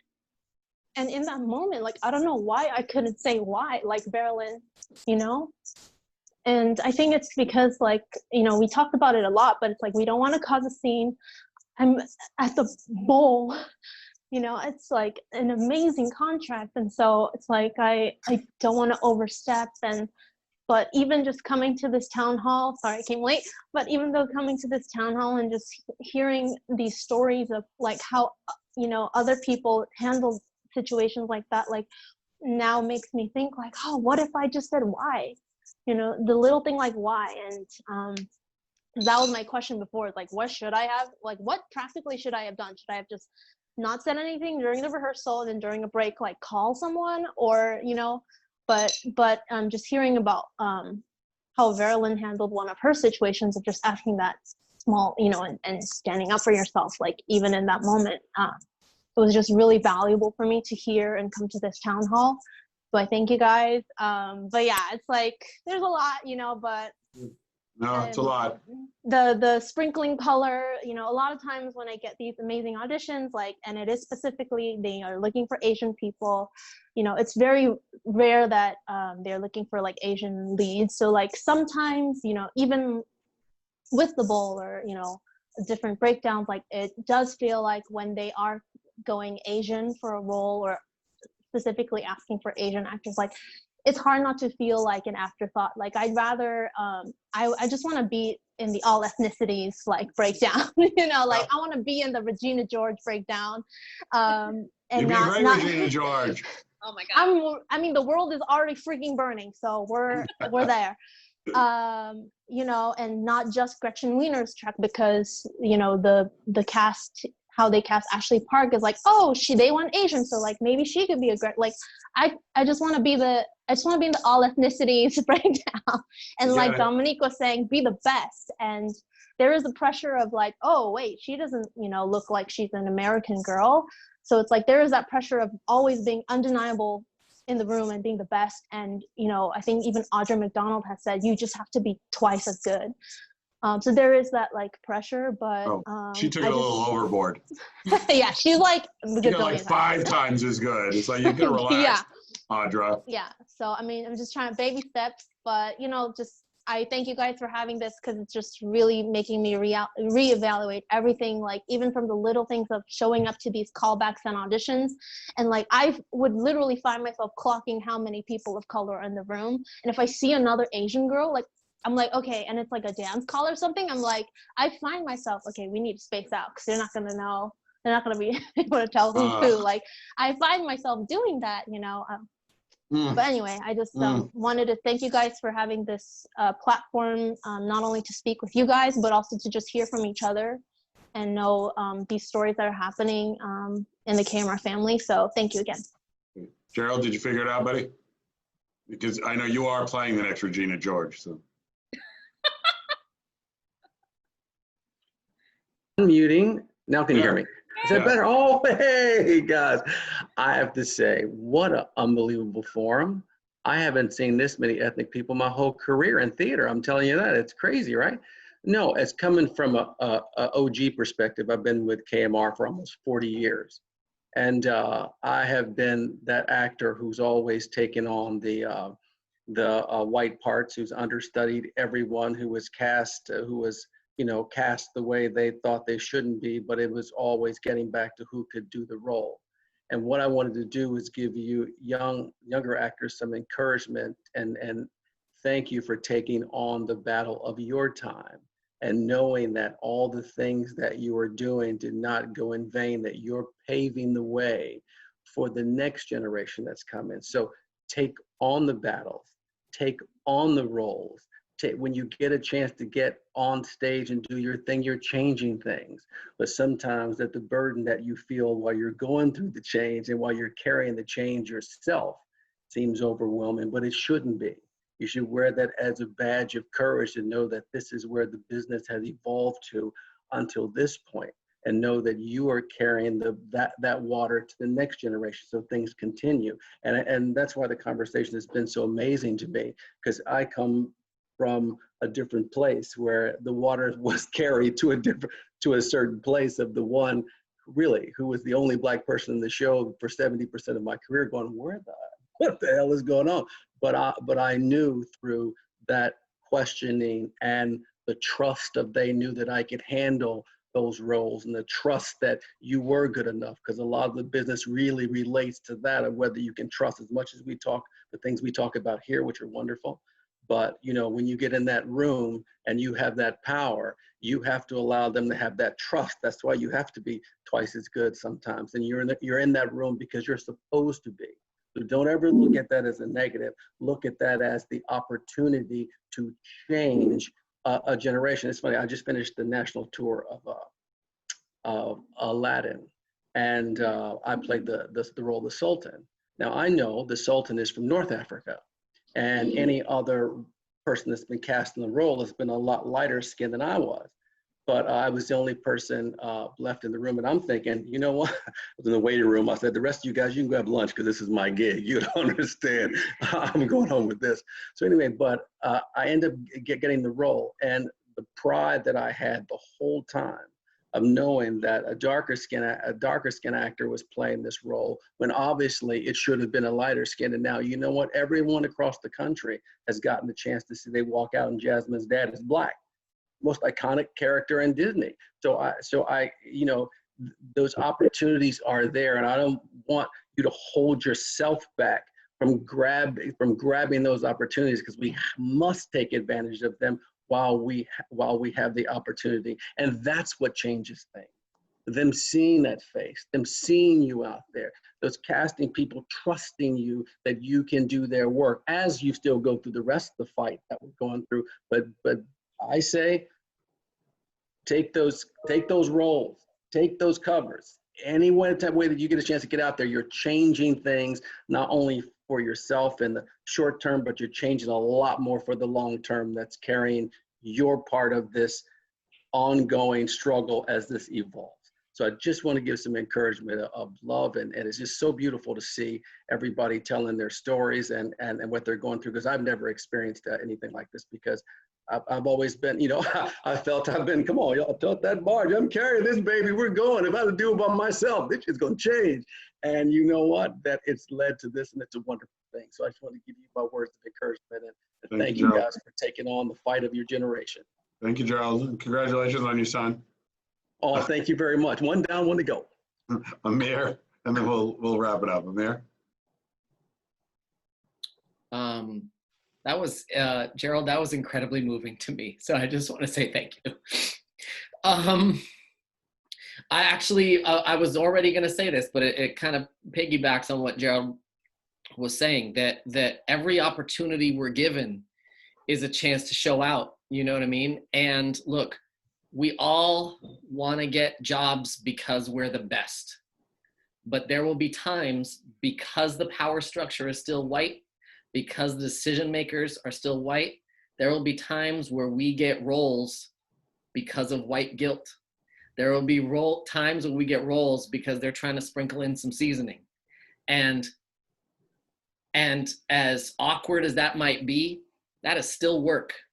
And that is still our chance to show who we are. And look, I will happily take a role because a white person feels guilty, right? I will happily cash that check. And look, I want them to think I'm the best, but even if they don't think I'm the best, I will still cash that check. Yeah, the money's still good, right? As somebody said to me once, money ain't gonna make itself. Anyway, just so you guys know, we are all here and available on our emails. We're not, I am in the office because I'm getting out checks and those kind of things. Ashley and Jody are both working from home. They are both accessible. And ooh, Will, I love that dramatic lighting. Look at that. Ooh. That got all dramatic. Look at that. Jeez. You know, we're taking this pandemic day by day. We are hoping that work will come back sooner rather than later. We know with theater, it's not coming back until next year. I mean, in any kind of significant way. You know, please, we'll try to reach out as much as we can, but know that we're here. If you just feel like connecting, please do so. We're here and we're around and we're available. And like I said at the beginning of this, and Ashley and Jody, we miss you. We miss your faces. We miss talking to you.